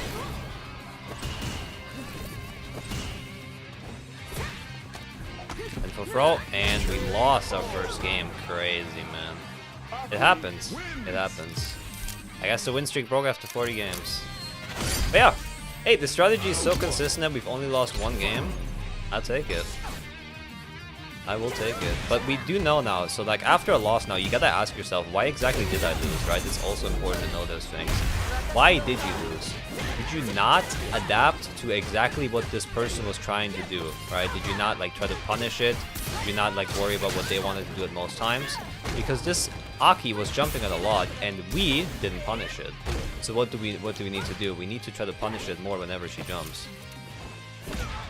Whenever we actually can, right? But we need to take the opportunity and actually punish throws a lot more as well, because she was coming towards us. So you gotta ask yourself, why exactly did I get hit here? And what was the result of that? You need to know exactly why the situation's. Down your platinum legions to find a way to get you. I mean, I would have won if I just like played better, right? But I gotta like limit myself. Not like I've seen the jump and I could like just DP, but we're not that far yet. When I used to be a master player, like when I started to be master, I didn't even DP. Like I didn't anti-air at all. My anti-airs were non-existent. I still made it to master, so I'm just trying to like, you know, tone it down as much as I can.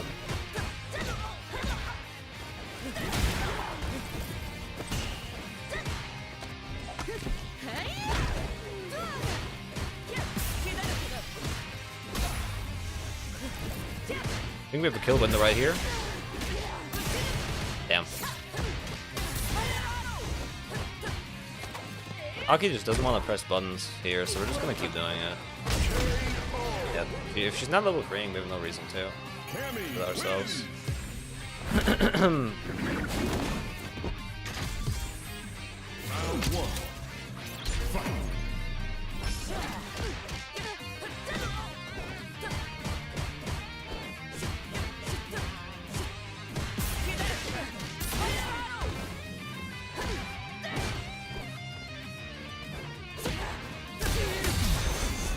Always look for drive impact. It's almost like I say that shit every time. Just gonna meter dump, I don't care.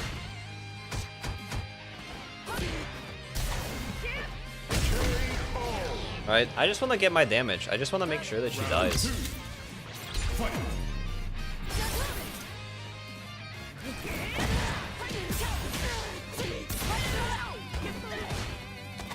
This button is broken now, boys. This is the button we use in Platinum. Why? Because if people throw, you have an immediate solution, right? Or if they press a button, you have an immediate solution against it. Alright, you'll see immediately, like, did this hit? Yes or no? Didn't hit? Alright. And I will try to go for a throw, probably.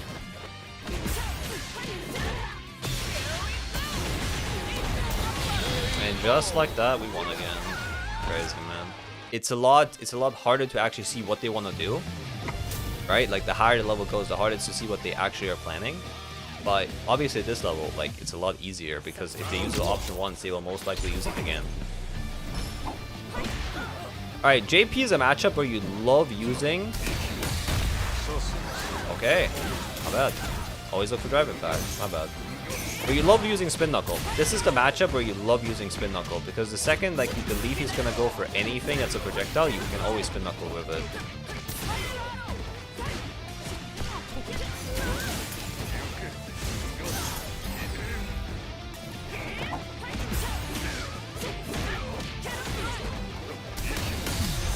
Always look for drive impact.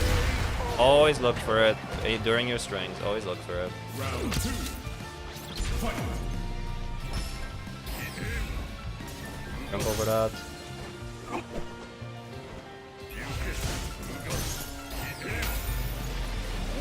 It's a command grab. You can't go through that.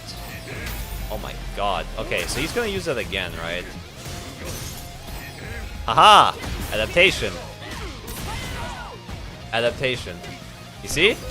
He did that twice. What was our thing? Instead of being a regular player, we were advanced. We were thinking ahead. Okay, this is what you want to do. How do I counter it? That's all that's important. And now I just did my combo here and we win the game and he rage quit. Isn't it great? That tip makes me mad. Yeah, you just gotta look for it. Like, if it's there, it's gonna be there, right? But yeah, everything I've explained so far, I'm not doing anything other than the things, right? Like, everything that I've explained, I'm like boiling them down and we're just doing them over and over again until we're a diamond. It's all just about refining at this point. Refining the game plan. Right.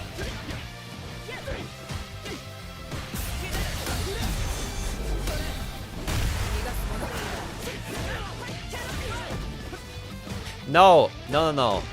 You're not getting what I'm saying, J3. You can start playing like a monkey once you have a general structure of a game plan. Because at that point, it's fine. I'm assuming you're trying to say that reliance on drive rush and DI as a tactic and neutral is bad, not drive rush and DI by themselves. No, they're usually worse options in general. Using drive rush is usually a worse option in general, and using drive impact is usually a worse option in general. But on average, right, if I see somebody use something over and over, I'll punish it regardless. It's just some buttons, if they're overused, are worse than others. The consequences are a lot worse. Like, if you do drive impact over and over again, you will just end up... There you go. You will just end up, like, doing it and getting full punished for it. If you do a light punch over and over again, sure, it's like a thing that you spam, but it's a lot harder to punish, right? So you just gotta make sure you weigh it out. You just gotta make sure you weigh it out a lot. But yeah, all I'm doing is still strategy 1-to-1. Like, I'm not doing anything fancy. I'm just trying to like keep my opponent where they are, and, like, advance my range. Boom, boom, boom, boom. You see, right? Like, I just do the same 2 buttons as a combo over and over. It's not hard, man. Round 2. Fight.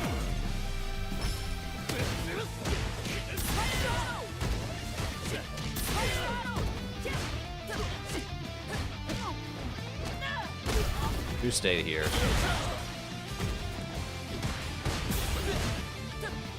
Okay, I cannot punish that. lesson here, if you see something's not punishable, don't try to press a button again.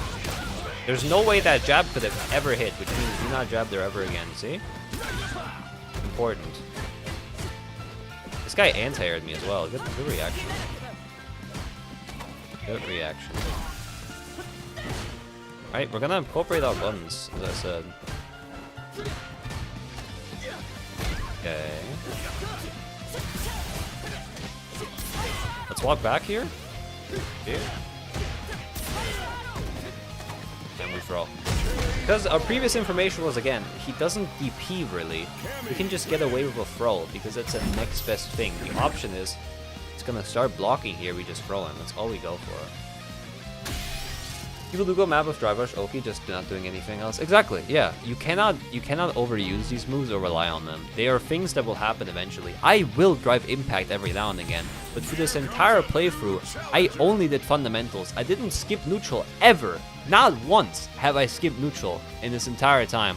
The only time was to go over a fireball, which isn't even skipping neutral, it's just reacting to it. Drive rushing is skipping neutral. You're doing like drive impact to like just not hit somebody out of the corner because you're getting desperate. And I'm just showing you like there's other ways of doing it, because you can always go for drive impact at some point. You can always go for drive rush at some point, but you need to know the basics before, and then you can go wild, right? You still play Guilty Gear? No, I hate Guilty Gear. I really dislike the game. But anyway, moving on.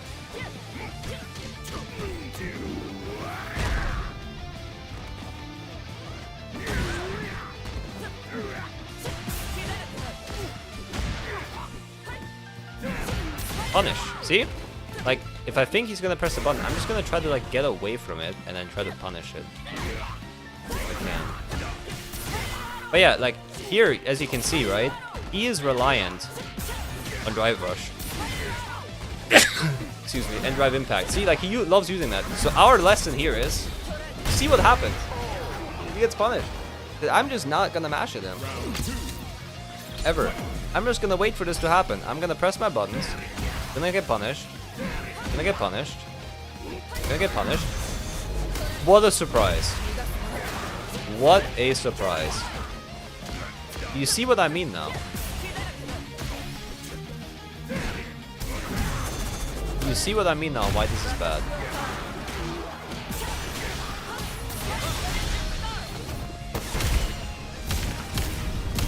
You see the problem. This is what happens if you over-rely on it. This is the thing I've been punishing the entire day.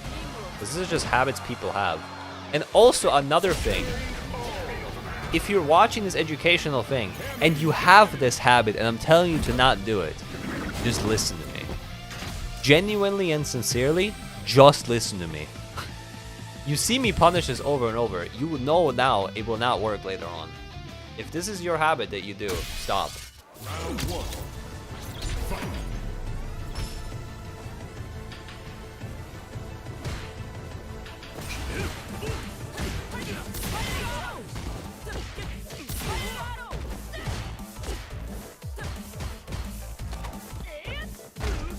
Go for a throw, go for another one. There we go, we're baiting something out. Always be patient, especially in the corner. There we go. Round two. Fight. Yeah, my overall arching goal whenever I'm fighting somebody in these ranks is to just be patient and force something out of them. Because as you can see, they kind of destroy themselves if you do nothing. Like, they will try to jump out for no reason, they will try to, like, pretty much anything they can in order to not play the game with you. Also here, always look for drive impact, very important.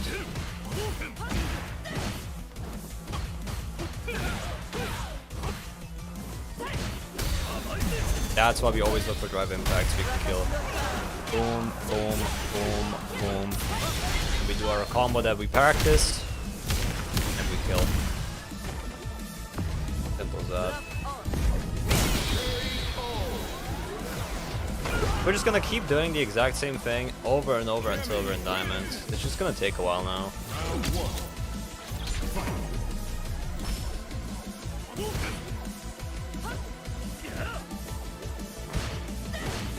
If they heavy, we just heavy back a lot of the time. I think it's like pretty much the smartest thing you can do. If they heavy, you just heavy yourself.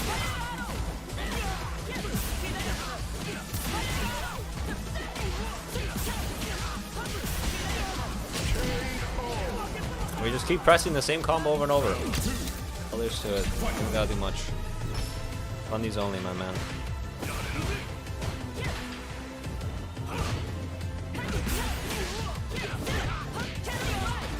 Boom, boom, boom. As you can see, this guy's pretty mash heavy. So our goal is going to be just to not interact with him too much and just force him to do anything. Like, for example, jumping out like this. And now, when he drive rushes or drive impacts, we always expect it. Important. Make sure to always worry about drive impact, especially at these ranks. From rookie to diamond, they will always mash drive impact, so always keep it ready. You have to react. You absolutely have to react. If you do not react, then it's fucking over. DJs are they're either going to do one or two things at these ranks. Either they're going to be jump heavy or they're going to spam their fireball. You gotta figure out which one you're fighting against. If you're fighting against somebody who likes to jump a lot, make sure to use your back medium punch a bunch. If they like to spam fireballs, this is a good solution. And because they're always crouching, you have to make sure that you don't use your low too much, and you just wait it out in order for them to either get out like this. Whoops. That was not on purpose. Something like that. Wait, Platinum, do you start fresh? Read the title.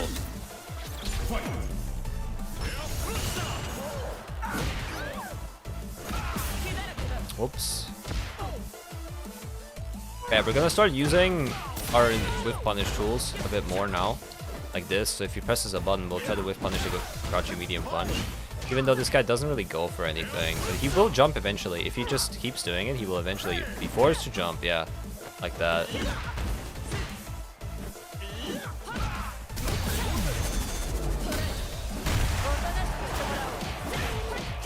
Now we walk back because he's going to be greedy. I could write a book about it. I could write a book about it.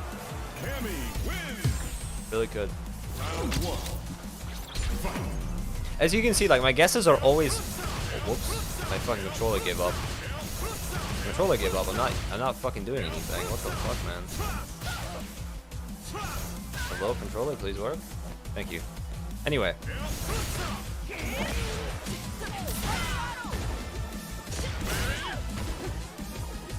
And when we see him fireballing a lot, our goal is just to get a... See? Our goal is just to get a back medium punch, right? Or like a spin knuckle. So if you use the fireball a lot, like right now...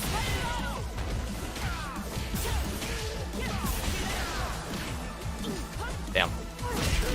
That was my bad. That was my bad. Round 2. Fight.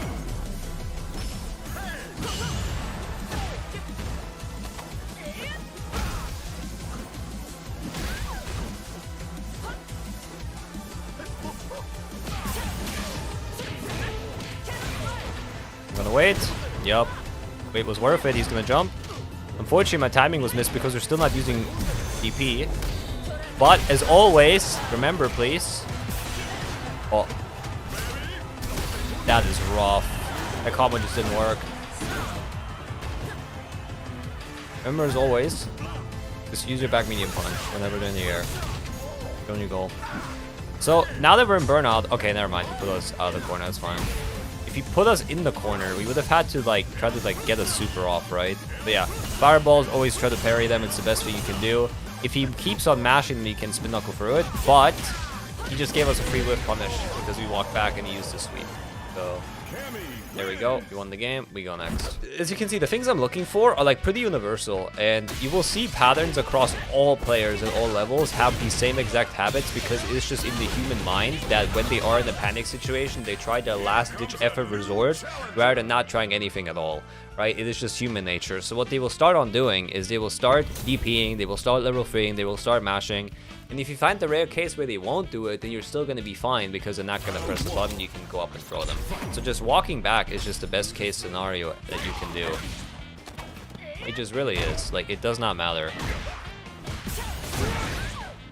Alright.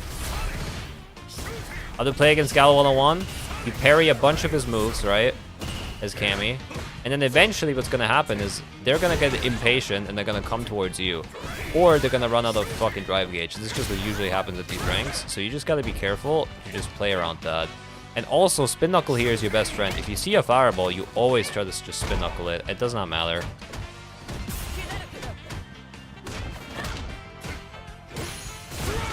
Damn, this guy actually... insane. I'm just going to wait it out. It's gonna do the shooting shit, right? Ready. Okay. We gotta be more patient. We're too impatient, right? So he just gets to play for free.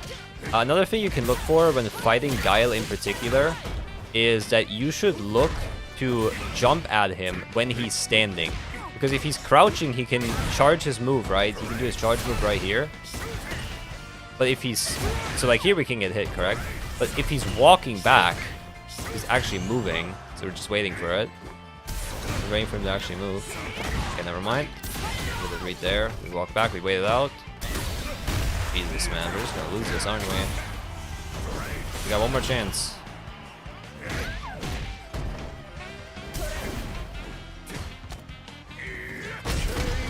Insane. But yeah, no, usually when he's standing, the thing that you can do is you can just go off and win against him, right? Because he cannot use his DP to get out. So if he's standing like this, see how you get your turn. Like, you're not gonna get the hit, obviously, but what you are gonna get is you're gonna get in. And that's what's important. Getting in against Guile is important, especially now in the corner.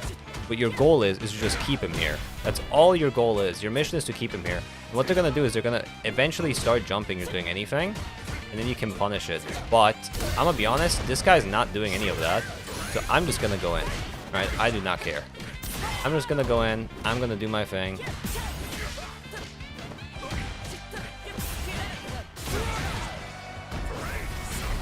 Sonic Boom. As you can see, he's still, right? He's still standing, so we can jump. If he's standing, we can jump. If he's crouching, we have to work our way in. But it also means it's a bit obvious what he's going to do, which is the fireball, right? He's either going to do the fireball or wait for it. So it becomes a 50-50 when he's crouching.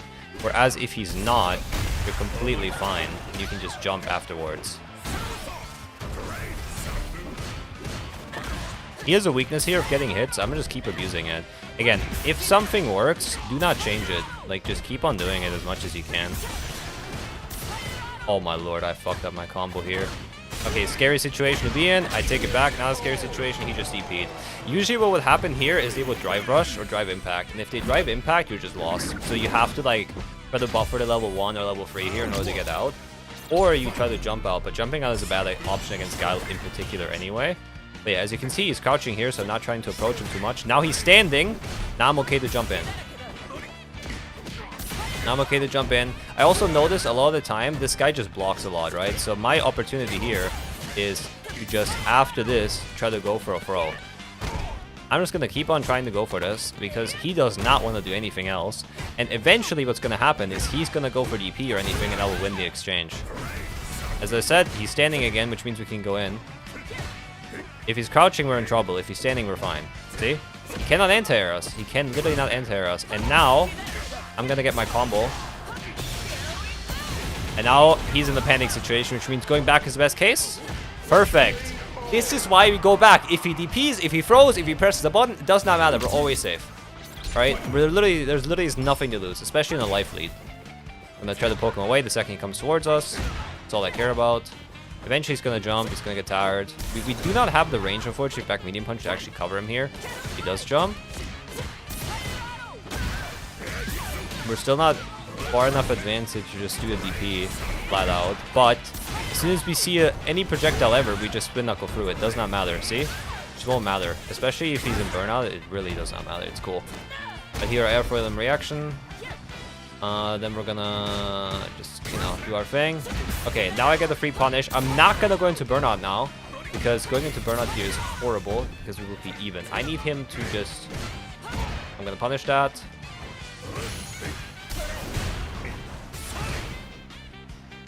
I'm gonna be patient here. I have to be patient. So a thing I can do as soon as I get my level 3 here, which is now. I could have get thrown. Yeah, I got thrown here. Unfortunate. I did try the tech throw too, but it was too late. But I think you can do here as Cammy is you can buffer your level 3 here. Right, just buffer the spinning motion. And the second you see the fireball, you just let go of it. You just do not care. The second I see him do it, he's not doing it. Never mind. And we're gonna jump. Oh, he jumped as well. Crazy. This guy's good. This guy has to be a Fundies user. Yup. This is why you're always patient. This is literally why. It's a last resort. It is a last resort for these players that when they are at the brink of death, it's a fight or flight reaction. They will always, in 90% of the cases, choose flight. The other 10% are players that are a bit more experienced and already have gone through the motions over and over and over again. But the human regular emotion here is to fight every single time because you have nothing to lose.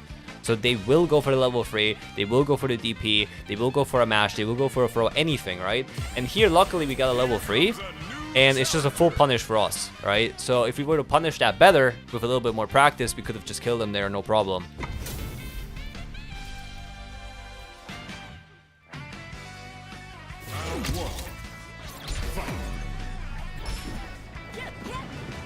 Game's a bit laggy now. That's okay. Always use the low. Always use the low, daily reminder. He's gonna jump eventually. We're gonna medium punch it. Then we're gonna dash towards him and try to throw him. Now we're gonna be patient. See if he does anything. Nothing. Okay. We're gonna try to stand around. Punish that. We're gonna try to stand around his crouching medium kick range.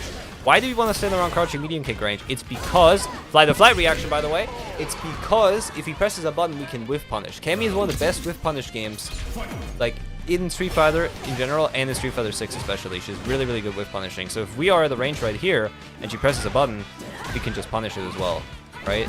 Boom, whiff punish that. Whatever she wants to press does not matter to us. We just want to be like in this range to keep her away. And again, every time you press a button, look at the air. Do not look at her. Look at the air. Why do we look at the air? It's because we can anti-air for free. Every time. Here I press a button. Boom. Okay, she's not in the air. I swap my mindset right afterwards. Get my combo here. Get my setup here. Now I see she didn't do anything. So I'm going to just go for the throw. And now I'm just going to be patient and let herself destroy herself in the corner here or try to do anything, right? She will eventually try to jump out. And I will get my throw, and I'll win my game. Nothing I'm doing is fancy. Nothing I'm doing is crazy. And especially nothing I'm doing is something that you cannot do yourself. I'm just pressing a couple of buttons, and I've learned 2 combos on Cammy, and this is what I'm able to do. With just basic understanding of the fundamentals. I'm gonna walk back, I'm gonna be patient. Walk back, be patient. Nothing happens. We go again, I don't care. Every time we stand around crouching medium kick range, what happens? We win the exchange. Now we're going to be patient again, because now she's in the fight or flight response. She's going to start jumping now. It's almost like magic, huh? If we were to be able to DP here already at this level, we would just punish that straight up. Round 2. Fight.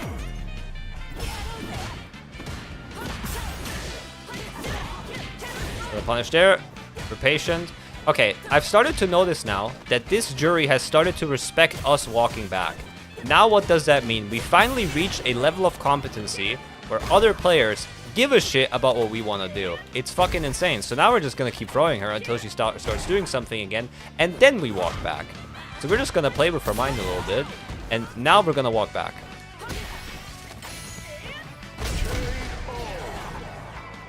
Magic. That is on you. I'm not using anything optimal up until Master.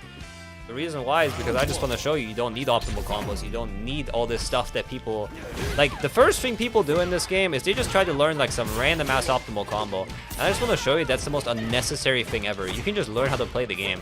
Combos are the easy part. Learning the fundamentals is the hard thing. You need to understand. You need to use your mind. Losing a combo randomly will not get you anywhere. Oh, you could have saved level 3 here, or you could have done 100 more damage here. Who gives a shit? Just play Bell. Like, learn how to play well. Learn how to have patience. Learn how to not fuck up, you know? Nothing matters here. Doesn't matter. Does she want to jump? Let's use drive impact. So you know what? I'm gonna just tease her that I might use it, so she's gonna look for it more, so I can get away with a bunch of other things. I'm just gonna tease her with it. I'm just like, okay, I might drive impact in the corner, so now what's gonna happen is she's gonna start looking for it, because she saw it once, right? So now what I can do is I can get away with froze for free, I can get away with pressure for free, because she's just looking for other things. Okay. This is a perfect situation for us. Patience. She's gonna jump eventually. Patience. It's fine if she gets out. We're gonna wait for level 3. And now we're gonna drive impact. The reason why we need to drive impact here is because we cannot kill with our current combos. So we drive impact when she has no meter and no resources again in order to reset her into a death. Cammy wins. Level 3 would have never killed here. And if we did the drive impact raw, what would have happened is there was a way for her to escape of jumping away and maybe getting the meter back by then.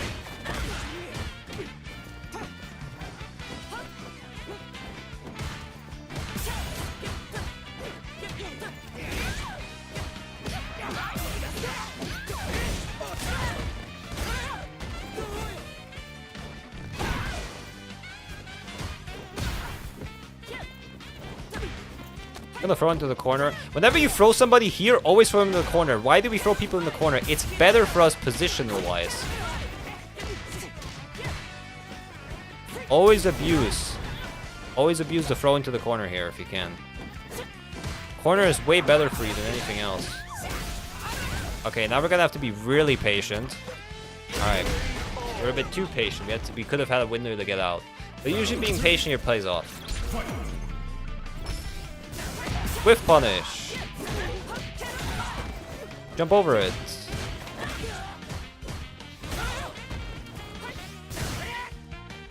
See if we can go for whiff punish again. Oh, she's trying, huh? She's teasing me with these. You know what? I'm gonna just come to terms with the fact that I will not whiff punish this, okay? So now my strategy is gonna be going over it or trying to fight it in some other way, right? I just want to make sure that she cannot use her button anymore, that I cannot whiff punish. I just need to eliminate the option out of her vision, and as soon as I'm able to do that, I'll be fine. I'm going to be patient here because she only has 1 HP. There's nothing for me to lose if I am patient, right? One more hit and she's dead anyway. There we go. Do not try to force an interaction in the corner and be like, oh my god, I'm gonna get this kill. Oh my god, I'm gonna kill her right now if I hit this 1 hit. Don't give a shit. Patience is the way. Every single time you're doubting yourself whether or not you should be patient, you're better off being patient. Being wrong on the patience guess is extremely hard, but being wrong on an aggressive option is incredibly easy. Because anytime now, while doing this, she could always level 3. Right here she could level 3, she has a window. The next interaction she could level 3, she has a window. She doesn't do it though, right? But even then, now, when I'm about to kill, she can still level 3 here. She had 5 opportunities to level 3. If I was patient once, I could have hard punished this if she did anything. Obviously she didn't, which by then, de facto, the answer is do not change the game plan. Oh, we're damage free, about to be damage 4. Okay. Close enough. I think 18,000 is diamond 1, I'm not sure. But yeah. Game plan again. Try to cover them walking back. Try to cover them walking back at all costs, and we're gonna keep doing this until he does anything else. Because it beats drive impact, it beats everything else other than DP. It's just like, I could write a book about it, man. Like literally, exactly just do the same shit over and over until it stops working. I'm telling you, it's just rad.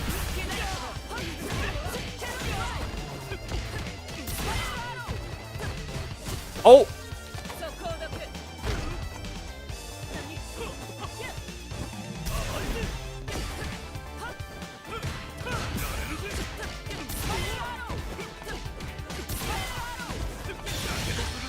Low bond.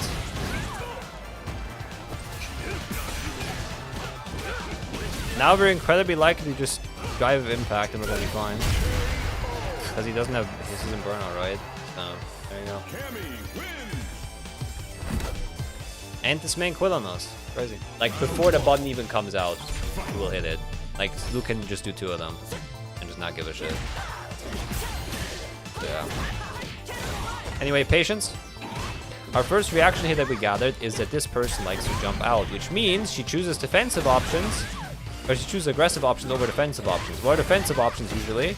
Usually a defensive option is a parry, it is a, it's a block, anything like that. But aggressive options are things like jumping out, using BI, anything like that, right? So my guess here is she's just gonna try to get out by any means necessary. So I'm just gonna keep mashing, right?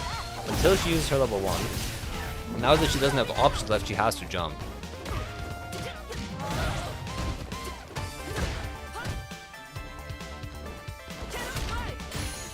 See?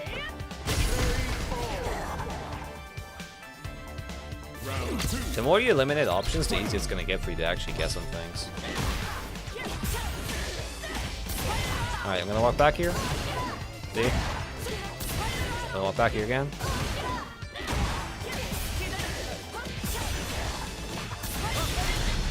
Another player would have been impatient here and be like, okay, you've done this again, you won't do it anymore. No, that's wrong. This player has shown me one instance of them doing it. I will keep punishing that exact thing until it switches up. And then I'll start using my brain. I do not need to exert more brain force than necessary. Are we going all the way to Diamond 5? We're going all the way to Master on this account. And then for every other character, I'm going to go to Diamond.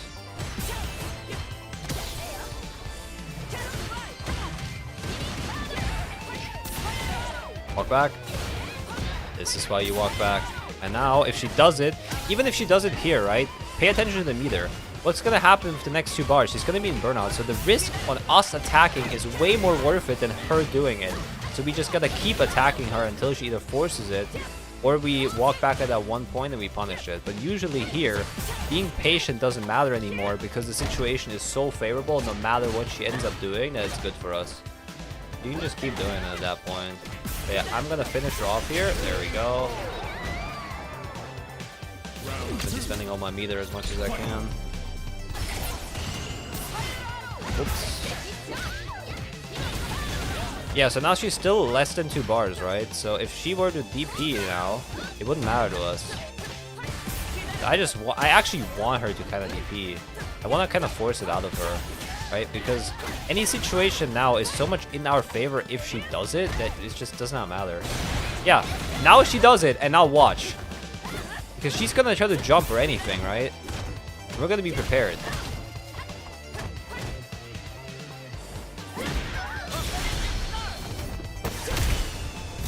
Look at that. And she's still in burnout, by the way, which means now we are in the 50-50 situation. Is she going to super or not? She's not. So we just press the button later on.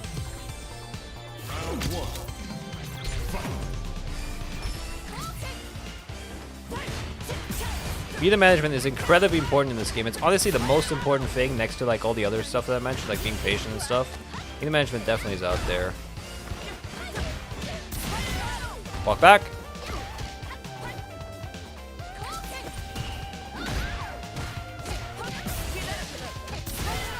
Walk back. See? Okay, and now I'm gonna be aggressive a little bit and try to throw loop her. Last one we're not. That's why we're just moving back. Why are we moving back here? It's because we have nothing to lose anymore. We have 80% health. If we don't risk anything, we win. We need just one more thing in order to kill her. We can play neutral here. It's fine. We don't have to keep her in the corner for this. We don't have to lock her into anything. We can just make sure we get one more hit, and that's it. We're just gonna play it slow here. I don't care. There you go. Done. Like, if I risk anything there, I could have gotten into burnout. I could have gotten DP'd. I could have gotten side switched. Who cares? Doesn't matter. I'm not worried about any of that. I'm just worried about, hey, you are going to fuck up eventually. And you only have 1 HP to fuck up. I have 80% health. I have 8,000 damage you have to do on me. I only need to do like 10. Always look for drive imp in the corner, by the way. Fuck!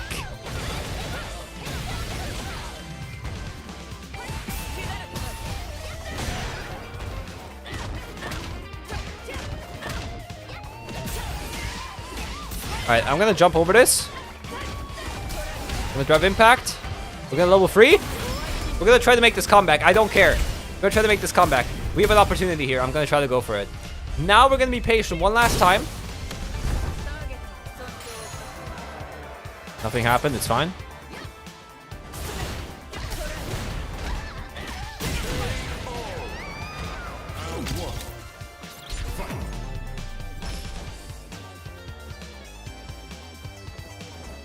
Extra patient, extra patient. Oh! Man grabs.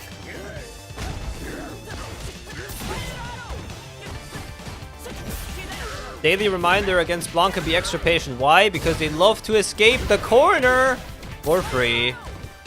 They love to DP, they love to DP, they love to jump out, they love to press buttons. So you just gotta lock them down. You gotta lock them down and force them into options that they don't want to use. They hate blocking, they hate pressing a regular button. They just want to jump out and DP. That's their usual game plan. So we gotta be extra patient when they want to do it. Whenever they do their ball, always parry. If you land the perfect parry and you get lucky, great. If you do not get lucky and you don't land the perfect parry, it doesn't matter. At least you blocked it. Right? So no damage done here. Like, if you do not parry it, what's gonna happen is, you see like how much meter I'm losing? Oh, we got it! We got it. Now we're gonna be patient. Always walk back on Blanca, by the way. One of the best things you can do, because he's gonna miss his balls. Okay, great tip that's gonna happen right now that is exclusive to Cammy. Nobody can do this but Cammy. As soon as we have level 3, a little bit more.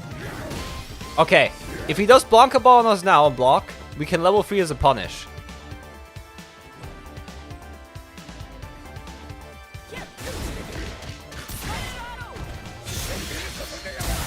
I'm looking for it, I'm looking for it. I want him to use it.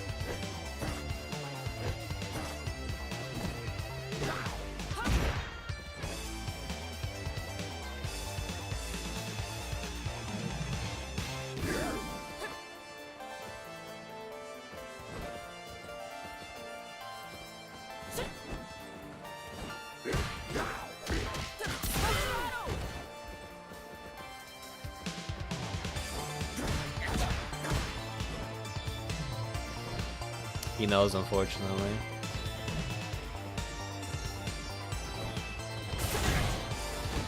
But we only have 5 seconds left on the clock. Oh, the 1 second! It's okay. We can still use it now. We cannot kill him with it. But we definitely can force the situation.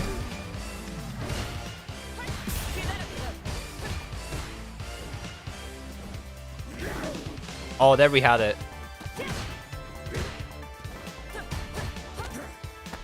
Does he think that I know, though? I think he knows that I know.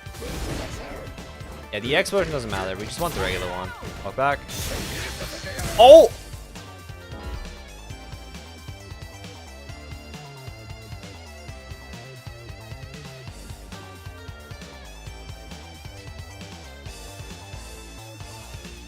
He saw me block it. He was done.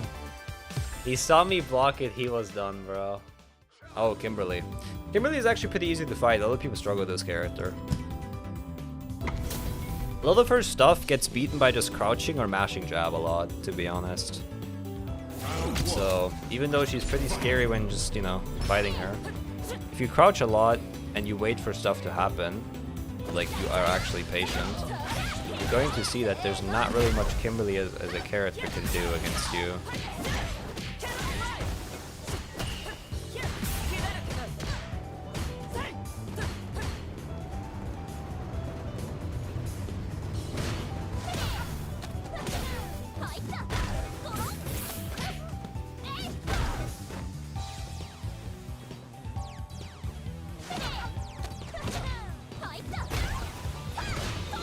For example, here, if she does this, you can always grab it.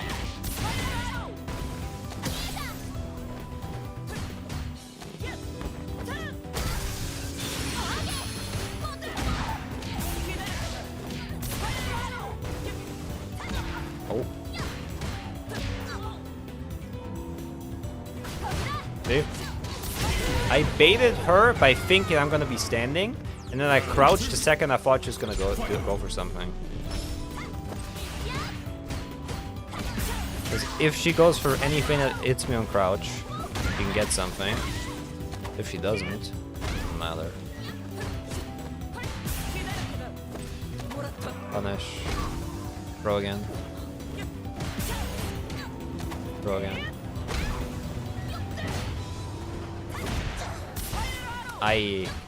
Close.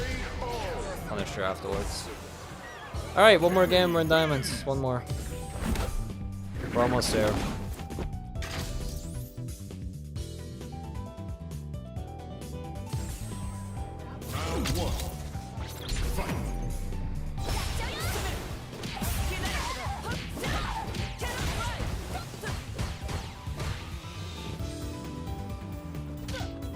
She's not pressing anything, so I'm just gonna walk my way forward.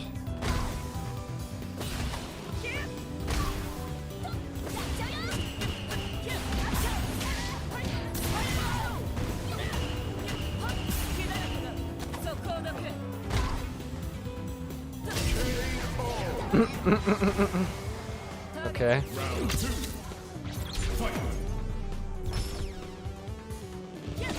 think she gave up. Yeah, she gave up. Ah, frustrating. See, that's what I'm saying. Like, these people start developing egos, so they just like, you know.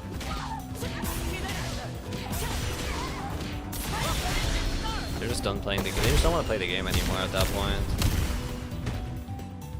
Yeah.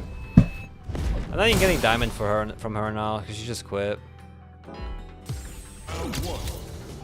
Oh well. Let's play against this. Let's play against this Ryu.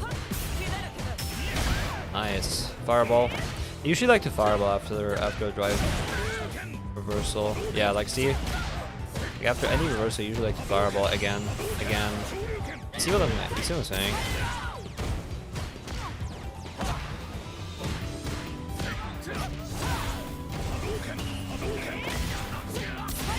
Alright, I'm gonna walk back here. Yeah, this is a very DP heavy and aggressive Ryu. I'm just gonna punish him for his mistakes. I'm gonna try to punish him for his mistakes as much as I can. Damn, bro. Okay, I see.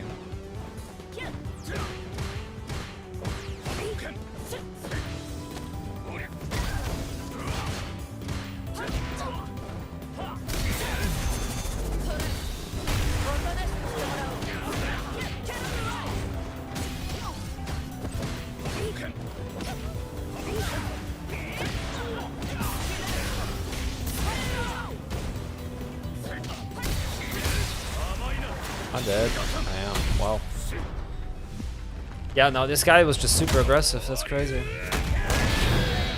Oh well. If we can't figure him out in the first game, we'll figure him out in the second and third. That's okay. Won't just be winning every game for free, you know? Even if you use the fundamentals, not every game is a guaranteed win. Can't win them all. So, let's try to be a little bit more patient, and let's try to punish jabs a lot more. This guy was jabbing a bunch.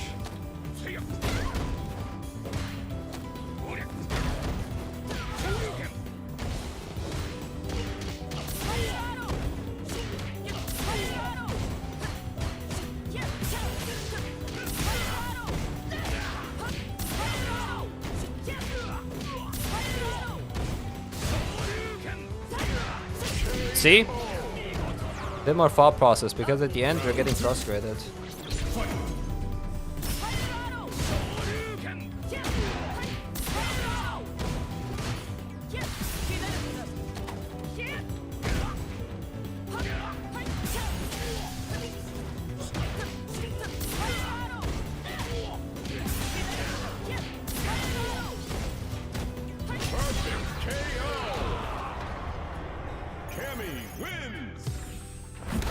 Being patient wasn't the answer, being aggressive was. That's how we won the game, we adapted. Being patient was not the answer. It simply wasn't, man.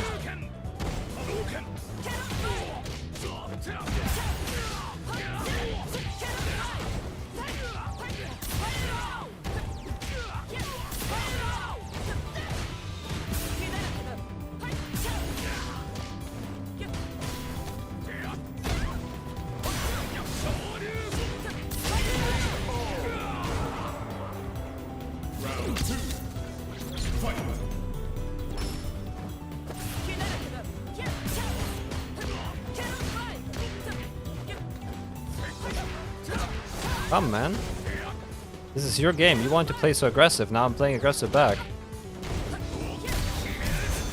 This was your game a second ago, man.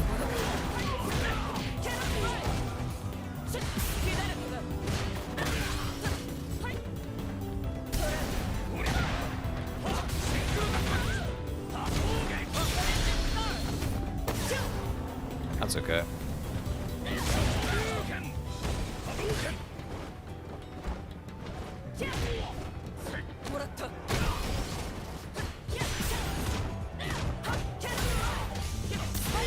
Now we're gonna wait.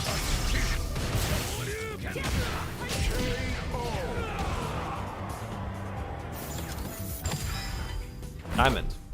Alright, so we're currently Diamond 1 now. We've got it after 2 days. We're Diamond 1 now. Now the final push now is to go from Diamond to Master.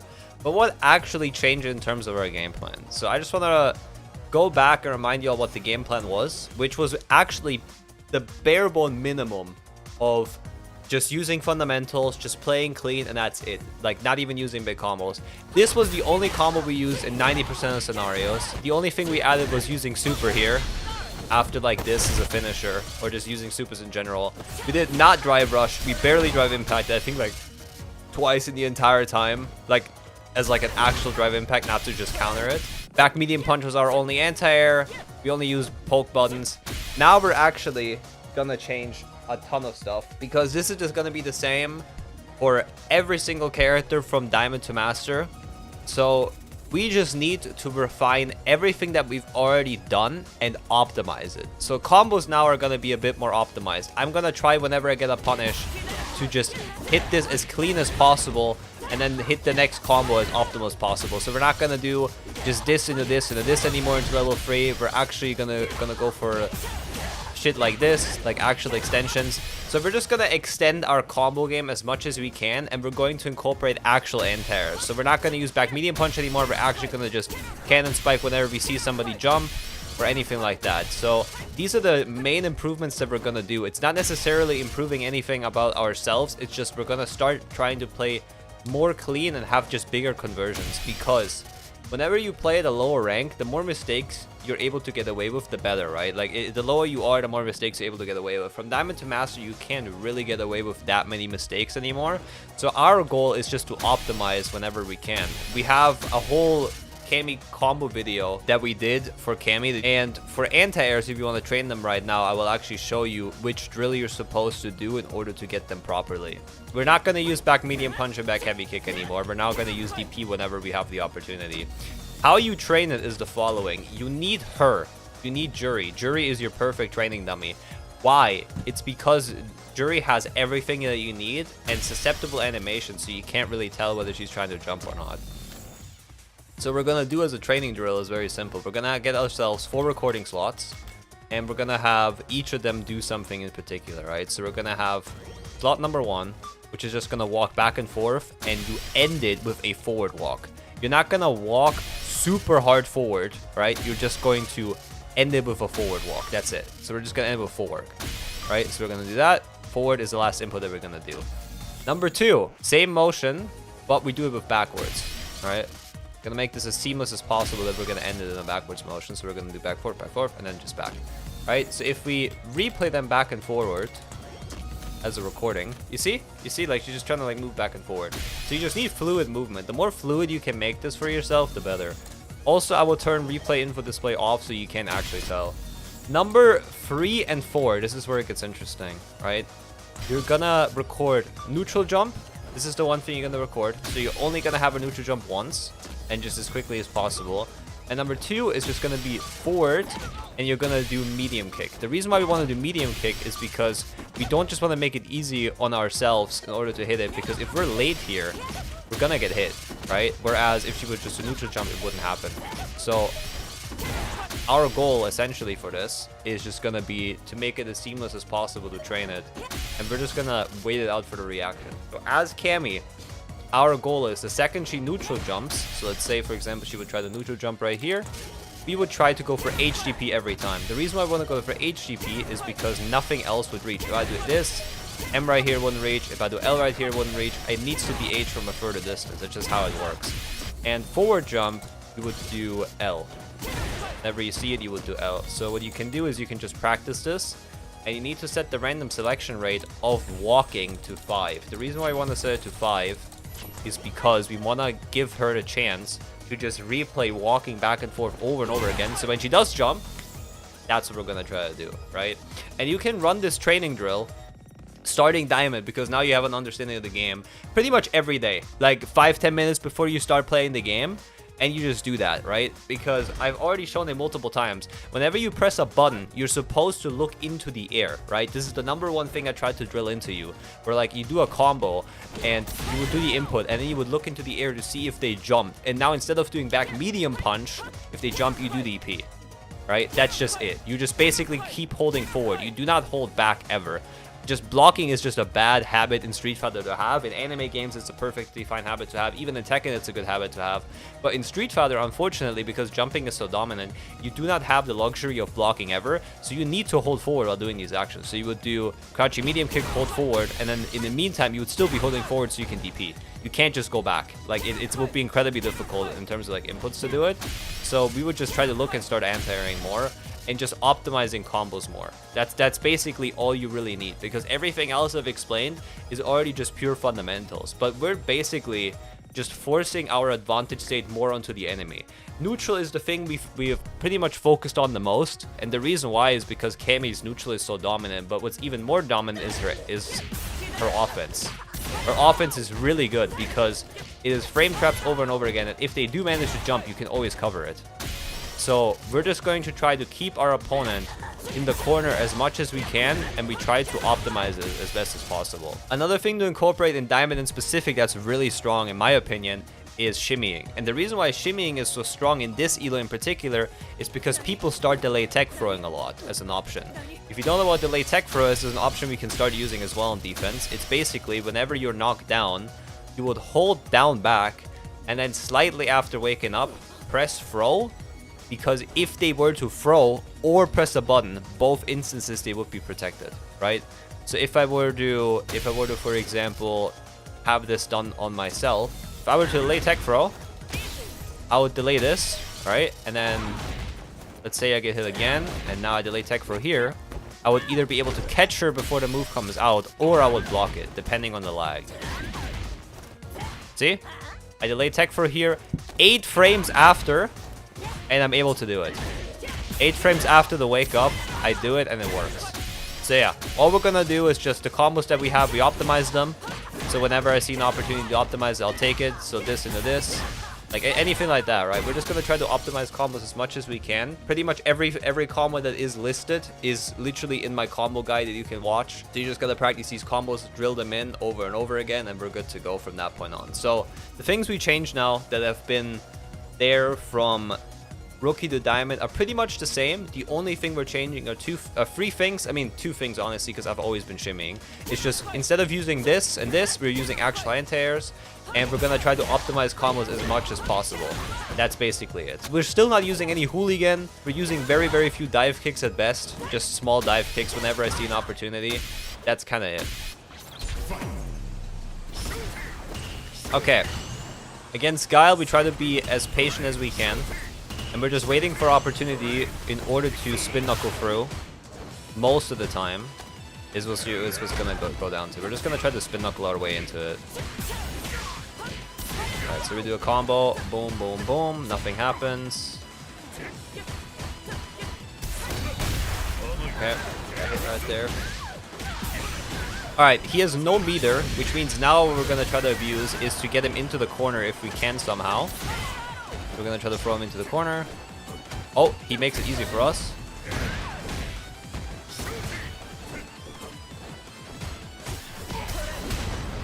I just want to force him to jump. Exactly, because now we can anti-air. And then I can use my combos here, and then I'm gonna wait. Alright, nothing happens. Nice, good frame threat there. I was basically just waiting for my plus frames there, because spin knuckle is plus, right? So I just wanted him to press a button. I'm gonna try to jump over and see if he does anything. He does not. Alright, corner. Usually against Guile and zoners in general, you just want to focus them to stay in the corner as much as possible, because in the corner they're defenseless. They cannot use their best tools. So they will try to jump out as much as they can, or use anything like this, right? Like a drive rush immediately to get out. So we're just gonna wait. Right, so after we press moves, just like I did before, we would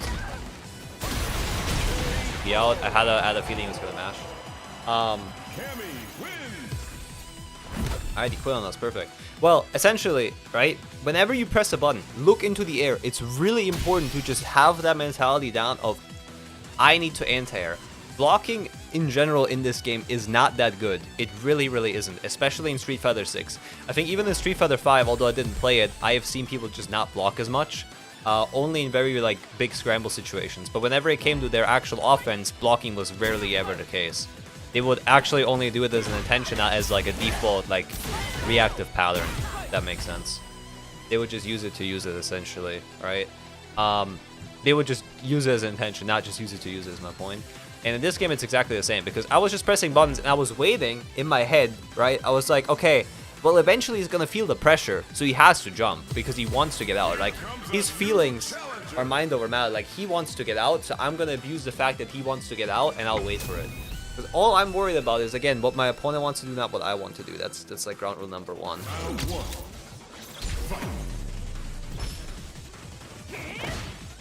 For plus right here. I'm gonna dive kick that. So the reason I dive kick was because I had a feeling she was going to mash a button, right? That was gonna be a low button. So like, for example, crouching medium punch, crouching medium kick. Why did that not? Okay. Why did that not drive impact? Why did that drive rush? Weird. That didn't combo? What? Hello? Alright, she's low on drive gauge. I'm gonna jump over. She did not pass the reaction test. Oh! She passed that reaction test though. Jesus. Okay, now we're gonna wait for her to jump. Patience. There we go. So the reason why I know she wanted to jump was because I've seen her jump already once. And now again, right? Like, she jumped multiple times. And here, by the way, for the person saying in Diamond they don't use anti-airs, you see this Cammy using anti-airs? Jimmy? Wait for her to jump. Pressure situation, right? So we're just creating pressure as much as we can in order to get her to die from it. That's just basically it. Right? We're gonna, like, as I said, we're gonna up our combos and our pressure for the simple reason of pressuring them so much that they're forced to make a bad decision. Right?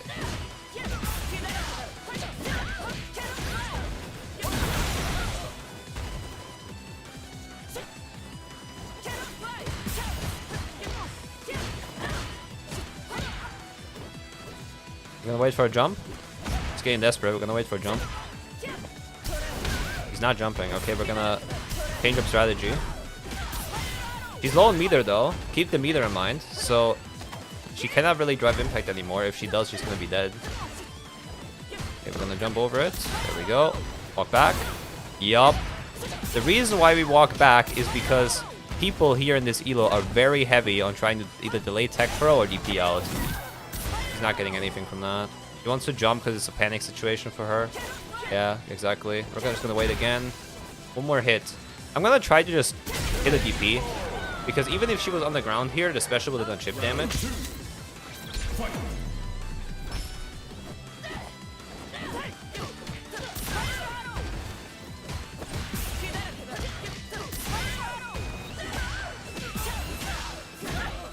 Optimized combo.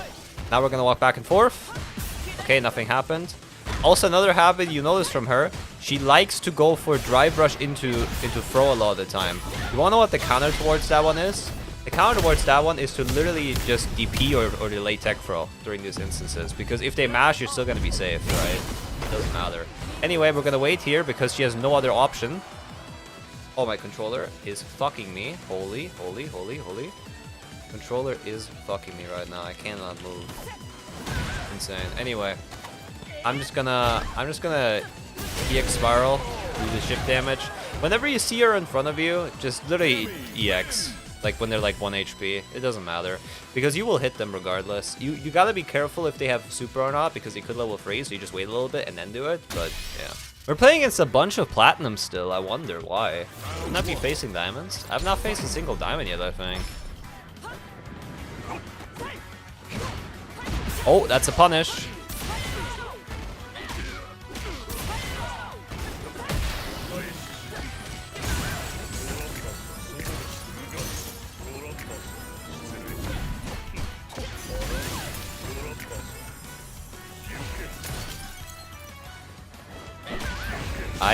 Don't jump right there. That was undisciplined of me.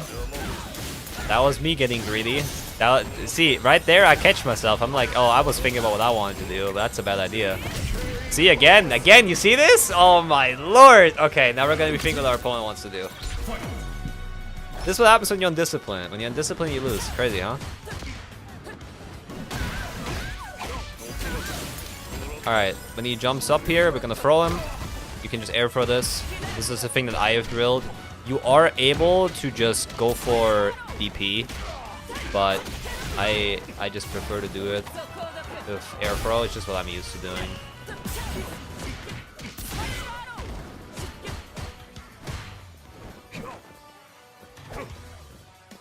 I'm gonna try to poke him somehow. There we go. Finally. Jesus. Okay. Now I'm gonna slowly inch my way forward. I wanna see if he does anything in particular, like jumping or panicking, but he doesn't.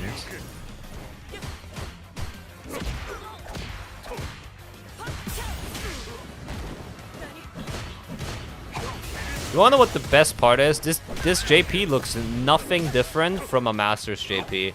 Like, the difference is actually just not... I just barely notice the difference, man. This character is actually comical. Alright, dodge all this, and then you can jump over.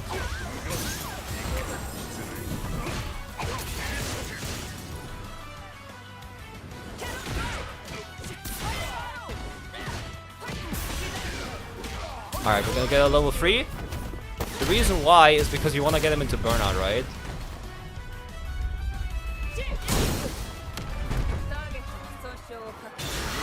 Jump over this, full punish, and we win. There we go, beautiful. Whenever you're in a situation like that where they're both at low health, the odds of them doing like a level 1 or anything is a lot higher. So you should just make sure to jump over it.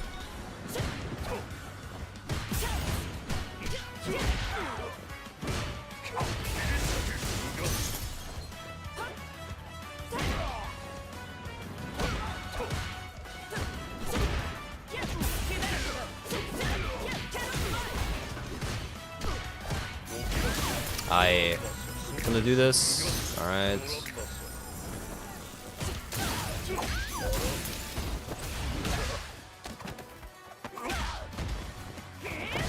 Dude, the fucking lag, man. I hate Wi-Fi. It's so annoying.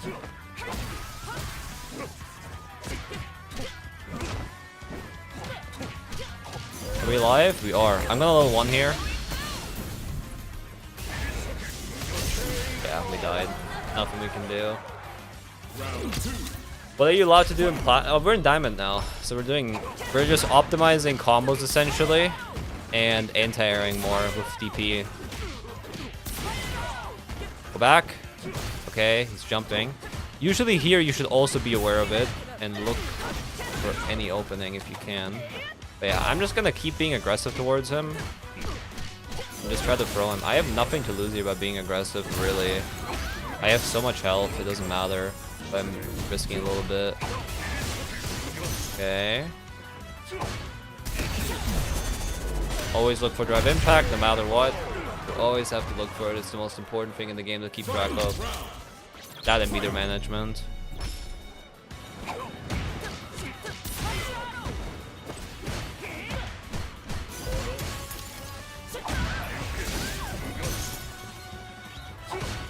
Oh, that's a full punish for us. We're gonna level 3.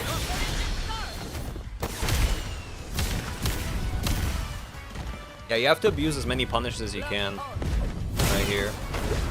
Alright. I think I'm gonna get a little greedy here and try to drive impact.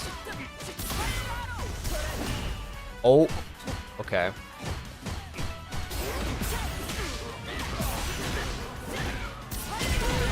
We could have finished it with the other combo too. We're just doing the medium one, but this is just, again, we're trying to optimize now, right? At this elo. Which is why, another one, right? Which is why it's so important to optimize combos here, because you cannot let players who are technically better than you win with more interactions, right? You cannot give them more interactions than necessary, so you need to close it out as fast as you can.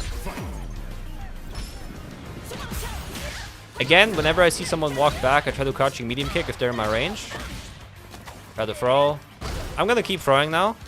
Why? Because I feel like it. That's the only reason. I just feel like you're gonna get thrown, so I'm gonna do it.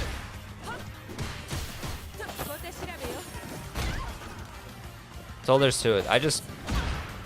Okay. That was interesting. Round 2. Fight.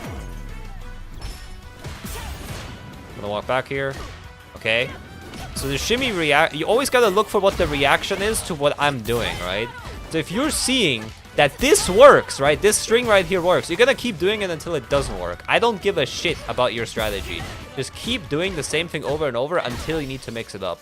And also, if it doesn't work straight up, you gotta see what the reaction was that they did do, and then punish that as well. Henry Hitbox is what this guy is called, right? Henry Hitbox. When I did a shimmy, he attacked. What does that mean for us? It means that we can start pressing buttons on him, right? Because again, see, his default reaction is just to mash out. So what we're gonna do is we're gonna stop that reaction. Yeah, again, mash out, mash out, mash out, mash out, mash out. That's all I see. So, boom, boom, boom. I'm using things against him that will fuck up his rhythm.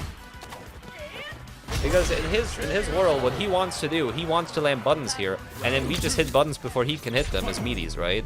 Or like not even as meaties, just hitting them before is already a good virtue. Or we walk back during it in order to avoid them. So after he hit us with them, while we block them, right, we move back so he can't hit the second or third one. So now we're gonna finish it up. This is death.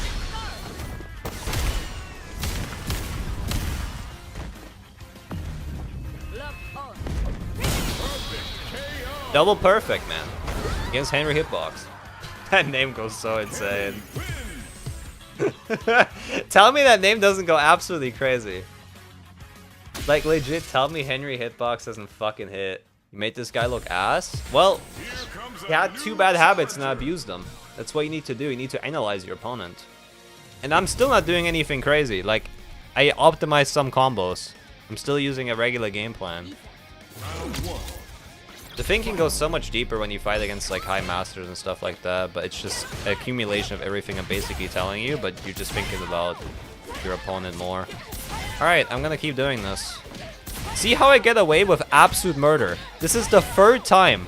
The 4th time. Dude, I literally did the same shit 5 times and it works. Why do you not do this? Don't use your brain more than necessary.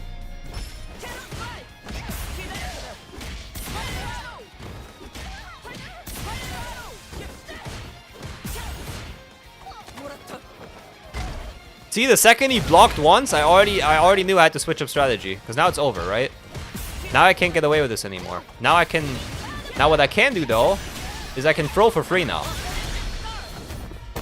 And I can get away with all this other stuff.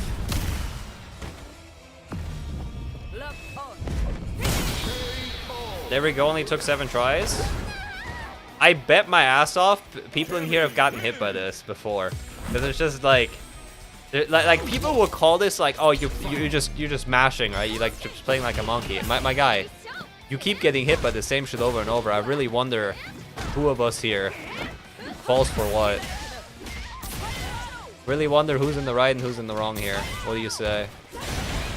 All right, he got his DP out. Now this is really beneficial for us because now he's gonna start jumping out, right? Oh, I didn't cover that perfectly. Unfortunately, did not cover that perfectly. Jesus, man. See, dog, we keep getting hit by the same shit. Insane. Like, this guy learns. Do not change up the strategy. It's fine. Getting hit by my own medicine, but it's fine. Holy. Boom, boom, boom, boom. I'm gonna walk back now. Yup. Analysis. We know this guy likes to go for this, right? After hitting him like 20 times. So we just get this for free.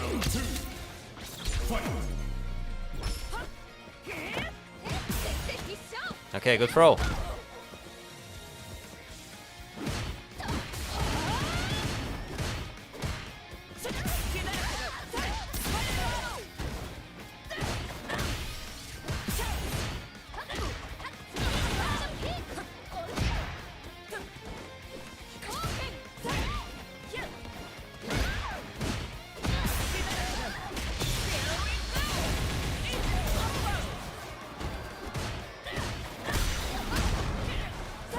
Another reason why I love Spin Knuckle. If you do the light version, you block it drive impact. Because the recovery is so low. Alright, be patient now. Perfect. The reason why I want to be patient is because it's a last-ditch scenario. And in most times, last-ditch scenarios, especially when you see people that already used DP before, they will definitely use it as a last-case scenario. 100% of it. Like, you're gonna be like 95% accurate that they're gonna do it. Muscle Power 2002 is our opponent, that's insane. Round 1. Fight.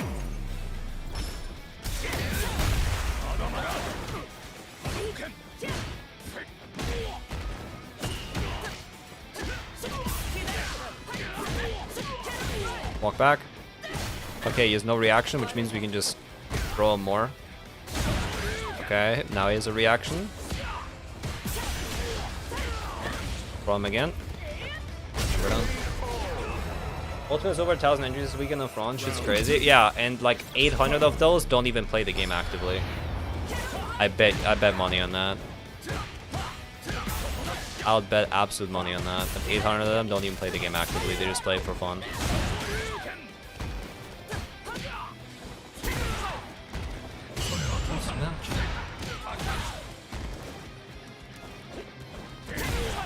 Every jumps, try to DP.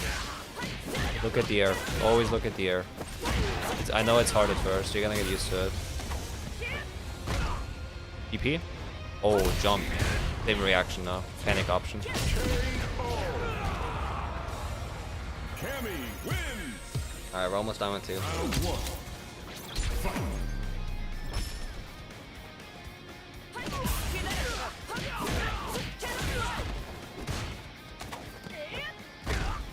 I'm gonna throw him. Look at the air. Look at the air when you throw. Look at the air when you throw.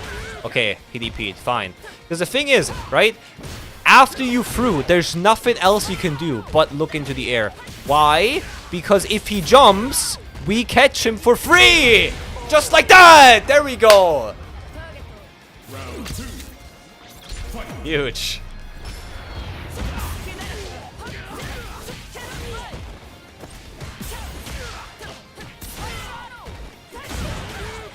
Sure you can. Shit. Gonna anti-air it out. I fat fingered that. Even though I don't have fat fingers, I fat fingered that. Do you know what I mean?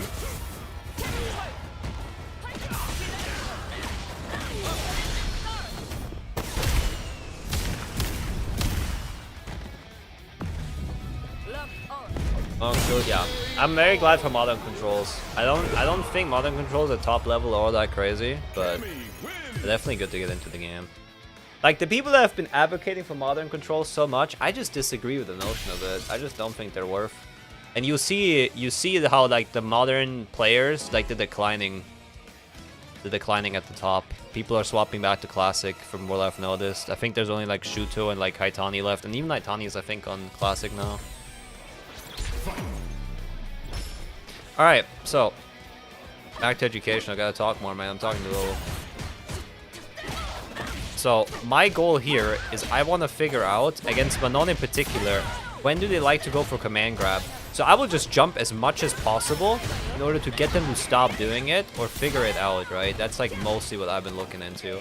Also, another thing is in the corner, Manon is the absolute weakest, one of the weakest characters in the entire game. She doesn't have any escape options whatsoever. It's pretty bad. So having her in the corner is really, really important. Keep her there at all costs.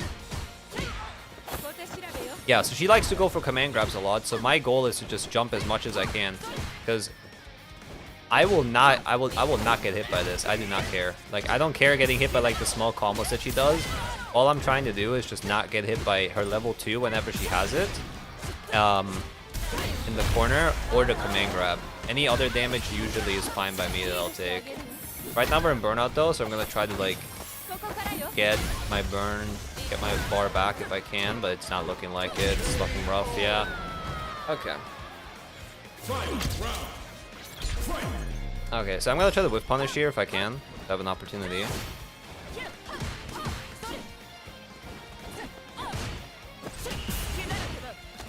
Go for the throw. This.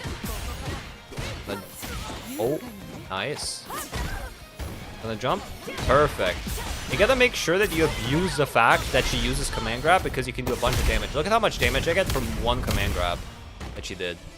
This wasn't optimal either. I could have done something better, I think. But like, just look at the damage. It's really good.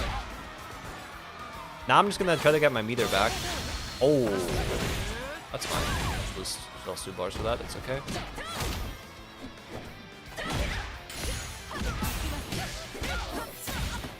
Okay. Am I dead? Oh, I'm fine. Close one.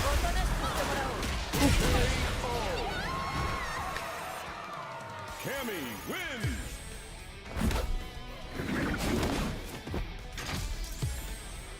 Round 1. Fight!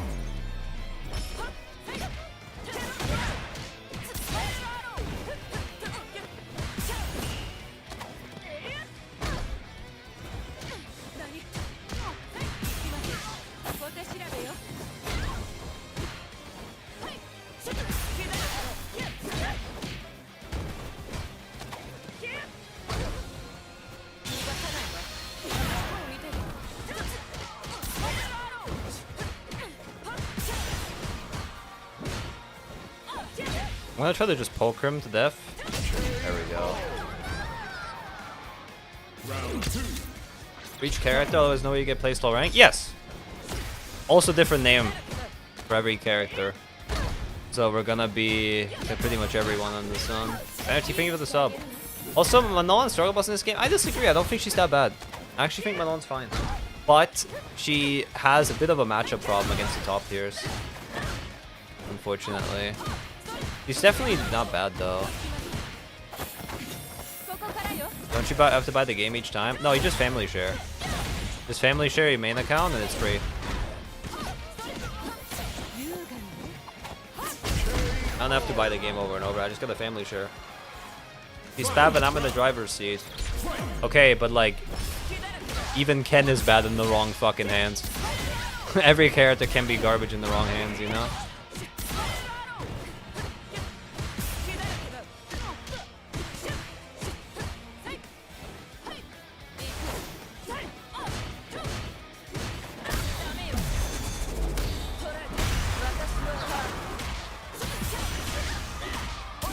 That's Def. You think Manon's a paperweight? I mean, we'll find out when I play Ryu Ken tomorrow. This is the first time we've ever found a Honda. Okay, now I can actually explain what you can do against Honda. I have never had a Honda in this entire rank journey, so I'll actually explain it. Okay, against Honda, you need to master perfect parry. Perfect parry and insane levels of patience are the only ways you can genuinely win against this character as Cammy. You have to parry Doskoi as much as you can, and also the butt slam as much as you can. Both of them are parryable if you just give yourself time in training mode. This is the one way how you can win against it.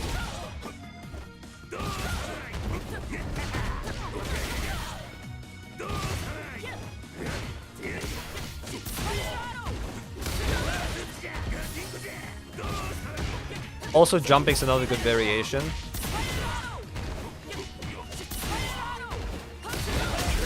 Jesus, man.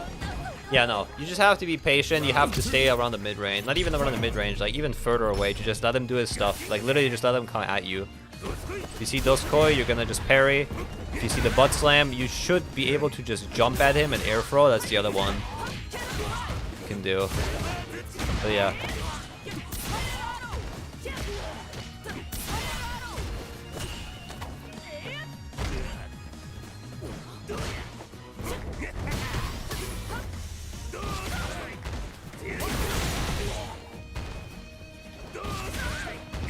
I'm expecting the butt slam. Never mind. I mean, I made a whole video on how to beat Honda anyway. But yeah, there's a lot of mashing that they're gonna do. Just gonna have to be very disciplined while fighting them. Very disciplined.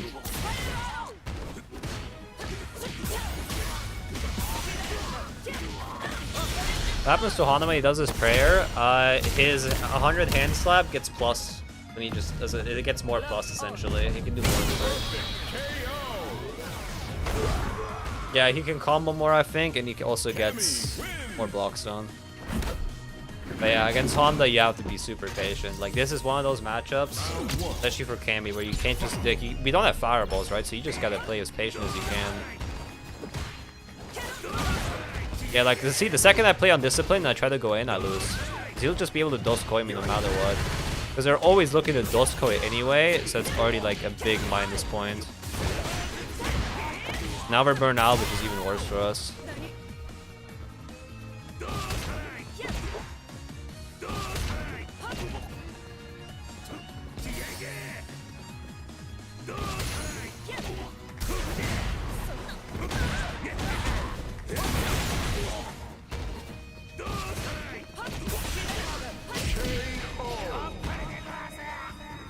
Round 2.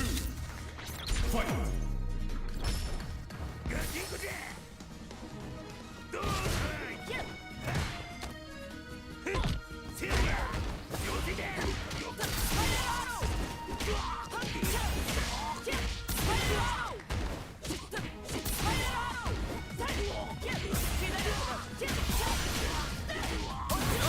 That's not gonna kill him, is it? Oh, it is gonna kill him, actually. Good.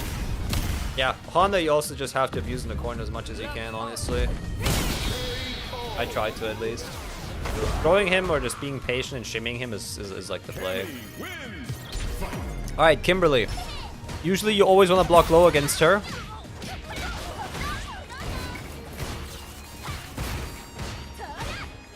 Punish. Usually you always want to play low against her. And the reason why is because they love using this little dash. Right? And the dash actually that comes towards you is completely punishable. Because if she does it, like while I'm walking here, right? I'm just gonna start blocking low because I think she's gonna go for it. And if she's not, I'm still going back, you know? I'm still getting something in return. I'm still getting towards her for free. Still able to close the distance.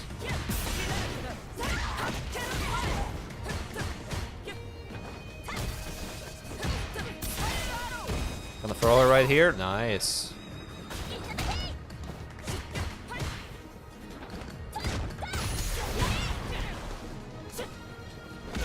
I noticed her walking back a bunch, so what I'm gonna do is I'm gonna start abusing that. See? Press the button right there. I abused the fuck out of that. Boop!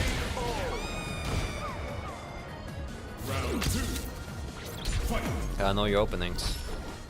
If she walks back a bunch, then that's my free invitation. Just press crouching medium kick at her.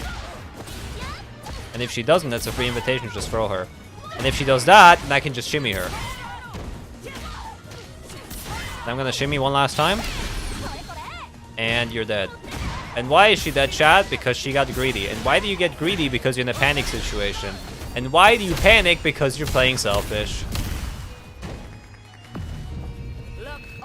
Finish. Conditioning. Forcing situations upon your opponent. Using shimmies. Playing with your opponent's head. Always playing selfless. This is the shit I've been saying the entire time during this. The entire time. This is just what I keep talking about. And the thing is, you do these couple of things, and I'm not even doing like the most optimal stuff of Cammy yet. I'm not even like using all of her buttons yet. Just basic theory on like how to use her now that you're advanced enough. And like as you can see, I'm just fucking winning. Like I'm, you know. You just have to play disciplined. That's basically it. Like the key to getting out of diamond is playing disciplined. If you're impatient, if you dash a bunch, if you do what you want to do, you're not gonna win. You have to play patient and you have to play disciplined. That's just what it is. But that's boring. Yeah, you also know what's fucking boring? Going on a 10-game losing streak.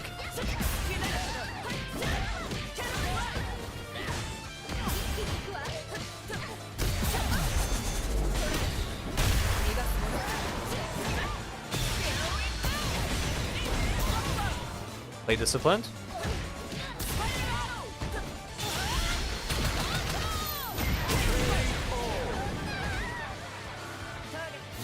This is why we play discipline. If we were to mash right here, we would have lost. Wouldn't have lost the game, but the interaction, which could have lost us the game.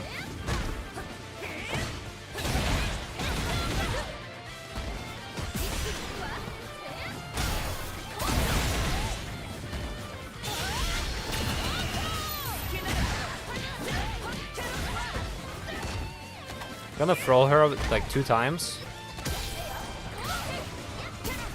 Oh! Oh! That hurts. Alright, reset right there. No! Okay, we're gonna want to get out. Good mash right there on my end. We had nothing to lose, so it was a good situation to go just smash level 1 out there. We would have lost anyway.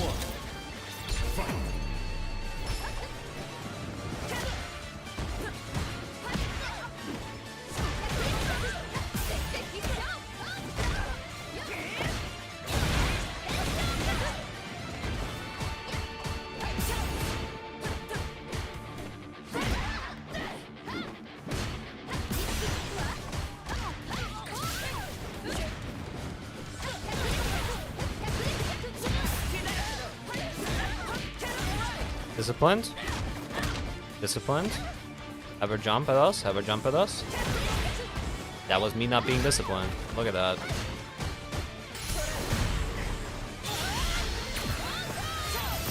Ah, dude! That is so hard to punish if you're not blocking it right in front of her. That is so hard to punish. I would have had to block it right in front of her face and then I could have punished it. Like that, see? What? It didn't even go through.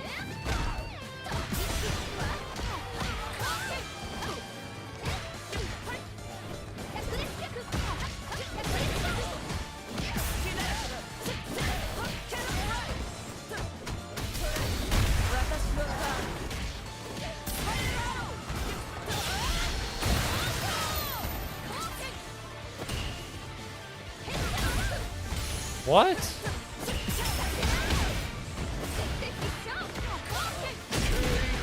Shit. Why don't you hold parry to block the supers in those situations, then just parry the Ash? I mean, I did, but at that range, you cannot just walk in and parry. It's like, you're gonna get hit way more than you're actually gonna parry it. Like, a lot of the time, you're just not gonna be able to do that. If you're right next to them, you should parry. Absolutely. It's already what I did. In order to get the meter. Yeah, no, this Chun Li loves to mash. We just gotta play more discipline, man. That's how we lost. We just have to discipline more. Yeah, there we go. Play discipline, play patient. Just wait for her to do mistakes. There we go. Round 2. Fight.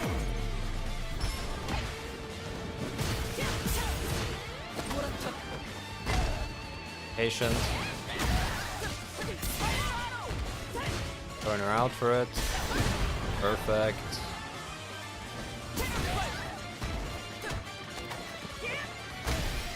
Patient.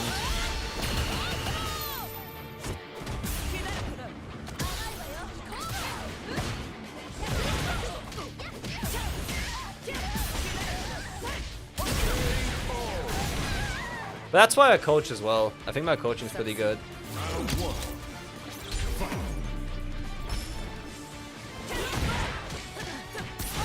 Okay, gonna throw. We're gonna throw again. We're gonna throw one more time. Now we're gonna press standing heavy punch.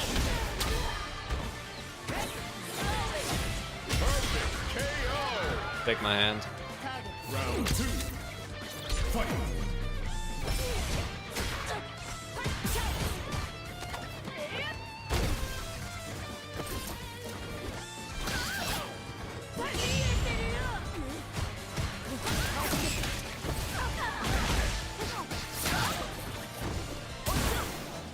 Ooh, nice.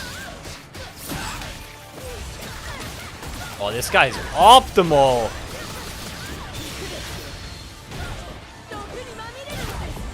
This guy's optimal, man.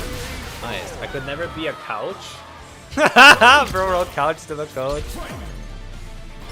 That's so funny.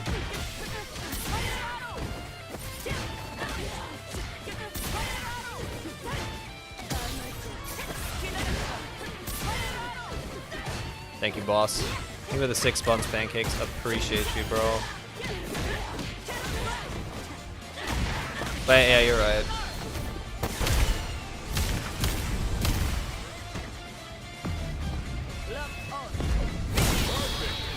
To be fair, Smash likes are way more feeling based, so it makes sense. Yeah, but it's both. Like, I am a feeling based player who can put my shit to words. Because I just feel that they're gonna go for it, but I can reasonably explain why that happens. You know? So it's just... it's pretty much the same. Like, I can just explain why things happen in the game.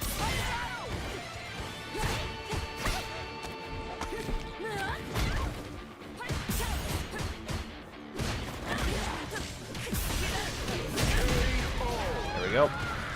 Make sure to always fully convert when you can.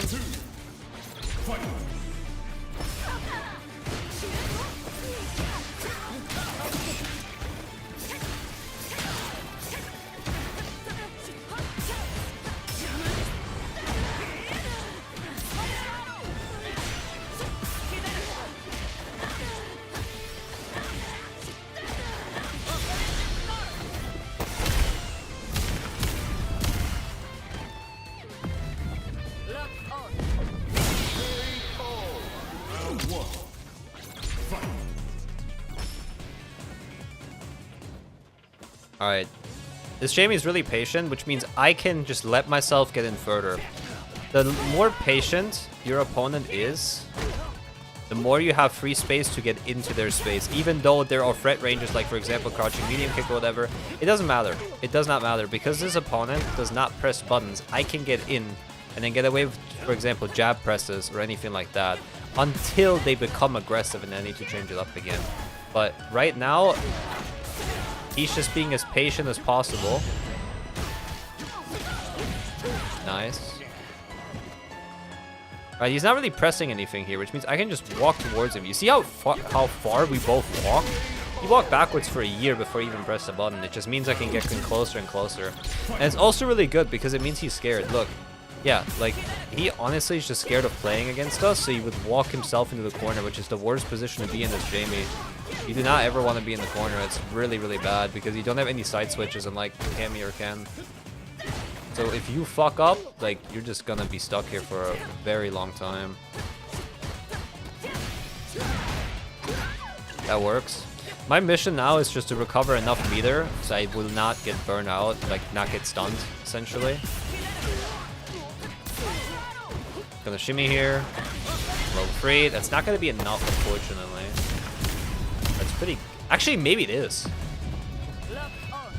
It is enough. Wow. There we go. Cammy wins. There we go. You know this combo? I'll check it out after I'm done. I'll keep it up. Oh. I didn't punish, unfortunate. There we go. Keep him in the corner. He's gonna try to jump out now. Yeah. See, I knew he was gonna do it, but I didn't react with an anti-air.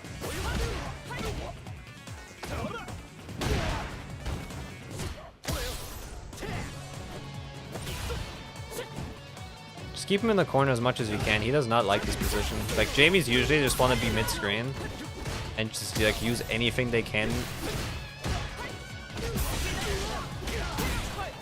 to either try to hit you or like whatever, like to get their alcohol, whatever the fuck he takes, like his bottles, right? To get his levels up.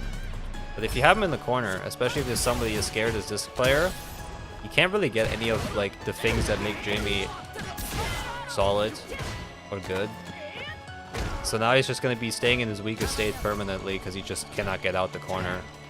If you just keep him here, he can't use any of his stuff. And he's way less scary when he's in level 4.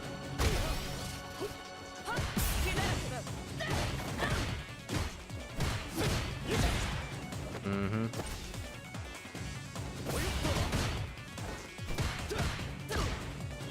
He's finally mid-screen after 30 seconds of being in the corner.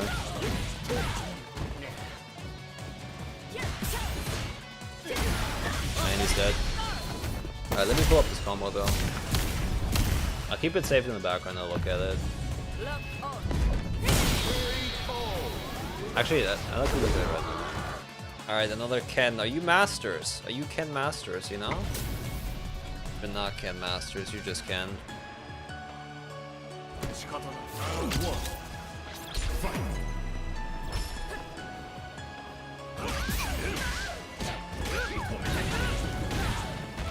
Gonna DP out. Yep, that's fine. Risk Warrior is okay. I'll get punished, but that's fine. At least now I know he would shimmy. Combo got dropped. I just can't, man. Now that I have the info that he will shimmy or walk back a lot, you see how much he's walking back? Even though I might not win this round, I already know that I can punish that as much as possible, so I will punish it more now. That's my goal. I would just want to stop him from walking back so much, you see? Try to hit him if I can. There we go. Now it's my turn to play the game.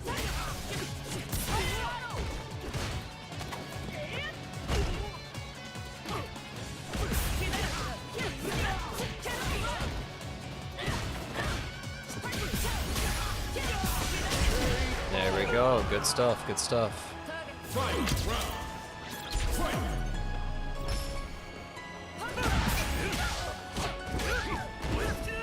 Oh, he dropped the combo.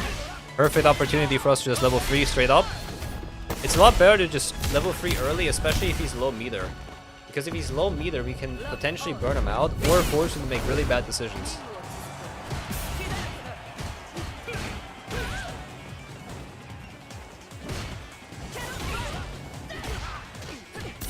So now I could potentially force level 3 out of him.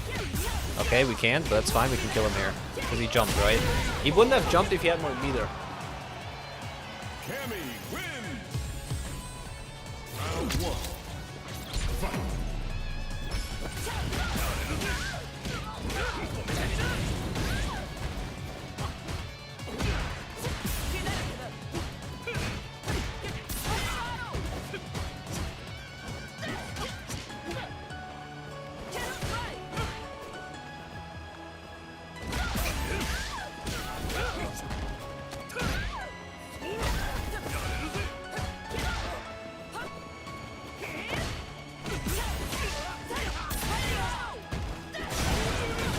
TP from him.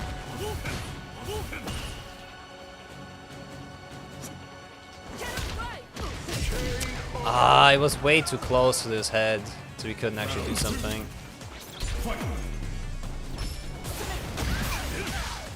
I'm getting so impatient, man. I know I just want to be done with this, but like I still have to play Discipline. It's the only way.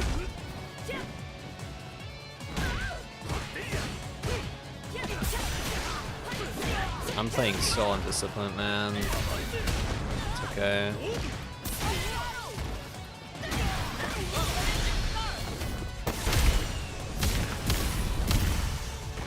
Let's get level 3 from this.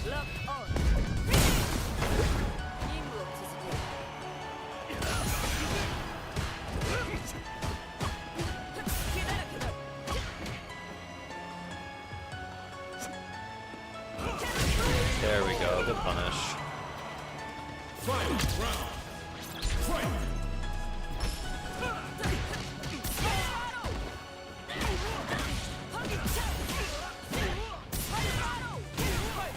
Nice, good punish. Clean, clean, clean. Oh, he fucked up major. That's a big fuck up. Now he's dead. I'm gonna be patient here. One exchange and he's gone. Not much left for me to do here. Gonna walk back, right? Yup, I knew it. I knew he was gonna walk back because he also shimmies, right? So I'm like, okay, eventually he's gonna shimmy, so I'm gonna crouching medium kick to punish him. We finally made opponents that are doing the same stuff that I've been preaching about the entire time. And it's really, really good to use, but very fat butt. You cannot spam it, right? And this guy has spammed shimmies pretty much like the entire game. Okay, that is not our last set. I think, well, we'll see, whatever. Alright, we're the final sprint, so let's make this educational as we can for the rest of it. Against Jamie, usually, I'm just aware of two things. One, when he's in the corner, he is weakest because he cannot get his bottles, right? If he cannot get his bottles, he does less damage, less everything. So my goal, essentially, from very early on, is going to be to push him into the corner, whether that be to walk him into it or to make mistakes and get hit and get comboed into it, right? That's basically like the regular game plan. And also, what happens? A lot of Jamie players, they love mid-screen for one particular reason. They can use one of his better buttons or one of his special moves that is pretty safe to deal with in general. But yeah, no, his goal is just to get out as much as he can. Yeah, this move, right? This is the one. I do not know the name of this, but this is the one they like to use the most mid-screen because it's pretty safe to use. But in the corner, it's pretty much a useless button, right? So you want to keep him in the corner as much as you can. That's like my general goal. I just want to keep him in the corner 24/7 because he doesn't have really good escape options besides his DP. When he jumps, it's pretty obvious when he wants to jump out. You can just react. See, there you go. And again, I just want to push him into the corner as much as possible and get him to waste all of his resources. Because if he ever tries to make a comeback, right, it does not matter to me. Because he doesn't have the bottles to make it. If he's level 4, if you have 4 bottles and he has like 20% health, he can still make a comeback, no problem. But if he doesn't have any of that, it's not that difficult to keep him out, as you can see. Oh, this is not fine. Okay. Well, I'll still try my best here. Against Marissa, you usually want to go for a bunch of lows. The reason why is because they love standing. All of her moves that are good are standing moves. So you're going to be able to get away with a lot of crouching medium kicks in general. Also, another great character to keep in the corner, because mid-screen she's a menace, and when she gets any amount of space, she can just kill you for it. You gotta be very careful. Alright, I'm gonna walk back here. Yeah, just to get my hit in. There we go.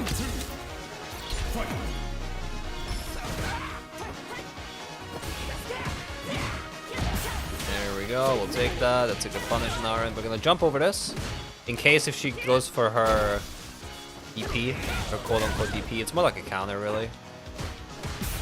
But yeah, just gonna try to keep the pressure up as much as I can. And I'm gonna try to hit as many low buttons as I can as well, because anything that hits a high is a problem. Nice, blocked all of that. Punish that right there. It's a really good whiff punish to use. Standing heavy punch is really good to use against her Gladius. Okay, I think that's the round. That is the round.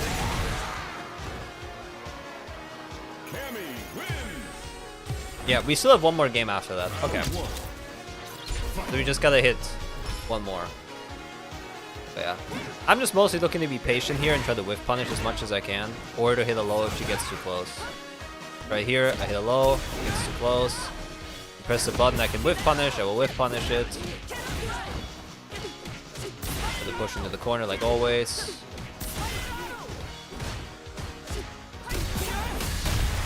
Unfortunate, but it's fine. I thought the game crashed for a second.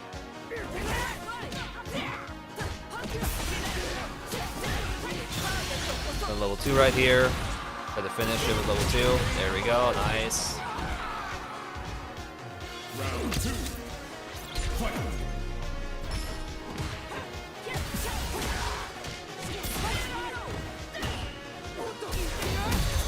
Oh, that was a good reaction on my end, Jesus. But now I have to be patient. There we go. Oh, I should have been patient again. Should have been patient again.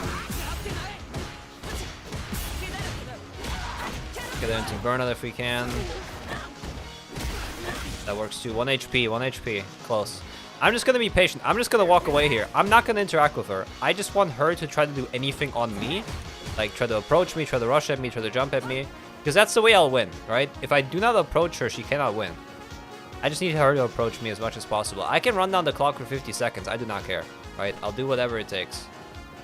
I'm just going to be super patient. I'm going to have her come towards me. So I'm just prepared for everything at this point, right? Like, she has to take risks. See? Eventually she'll get impatient. Okay, we're one game away to get to master. One single game.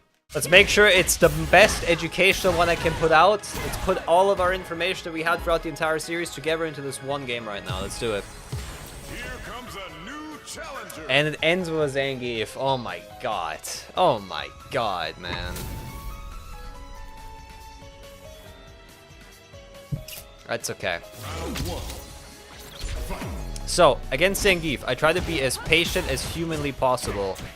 The biggest reason why is because I need him to press buttons on me, and I need him to take any risks. Because if I take risks, I will lose traits against him. I will mostly lose pretty much all traits if I take risks. I'll just try my absolute best to be as patient as I can. And to create any opening if possible. If not, that's fine too. We're gonna DP when he jumps, obviously. We're gonna try to get that. Alright. Pretty bad position, but that's fine. Can get out of that. Nice. Okay. Do our combo here. Boom, boom, boom. Nice. Round 2. Alright. Fight. I'm gonna walk back now. I want him to come to me. And I want to try to like look for him to like jump or like press anything in particular I could punish. Yeah. Okay, so he does a little kick a lot. I'm gonna try to whiff punish that after pressing a couple jabs. There we go. Nice. Alright, and now I'm gonna jump. In case he wants to like go for like an SPD or something. Okay, now I'm gonna go back because he could level 3 at any point. So go back here. I'm not gonna try to interact with him too much. Into the SPD. Oh, that was good from him. Nice, we punished that. 1, 2, 3. Whip punish here. And now we need only one more interaction and we're done. I'm gonna try to back heavy kick into level 3 here if we can. If he jumps. We can get it. That's fine. I'm just gonna try to jump as much as I can. Am I dead? I'm dead. Gave away the corner? Yeah, I did. I did. But the thing is, when he does his level 3, the level 3 is so scary that you're just gonna die if you don't do anything. Or like if you try to do something. Alright, I'm just gonna keep throwing him. Now we're in a position where we have so much health that it's completely worth. Like take any risk that we can.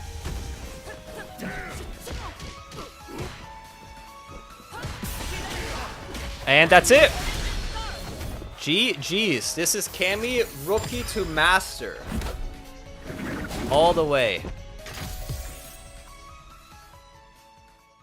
Thank you so much for making it to the end of this video. If you're interested in more than just simply watching guides on YouTube, I do offer personal coaching on Metafy. Metafy is a coaching service that connects you with pro players at the top of their game. They offer coaching in several games like Valorant, League of Legends, and of course, Street Fighter 6. I also provide a free consultation where we can figure out your wants and needs when it comes to coaching. So be sure to click the first link in the description and use the code AkariandCammy for 10% off of all your future sessions.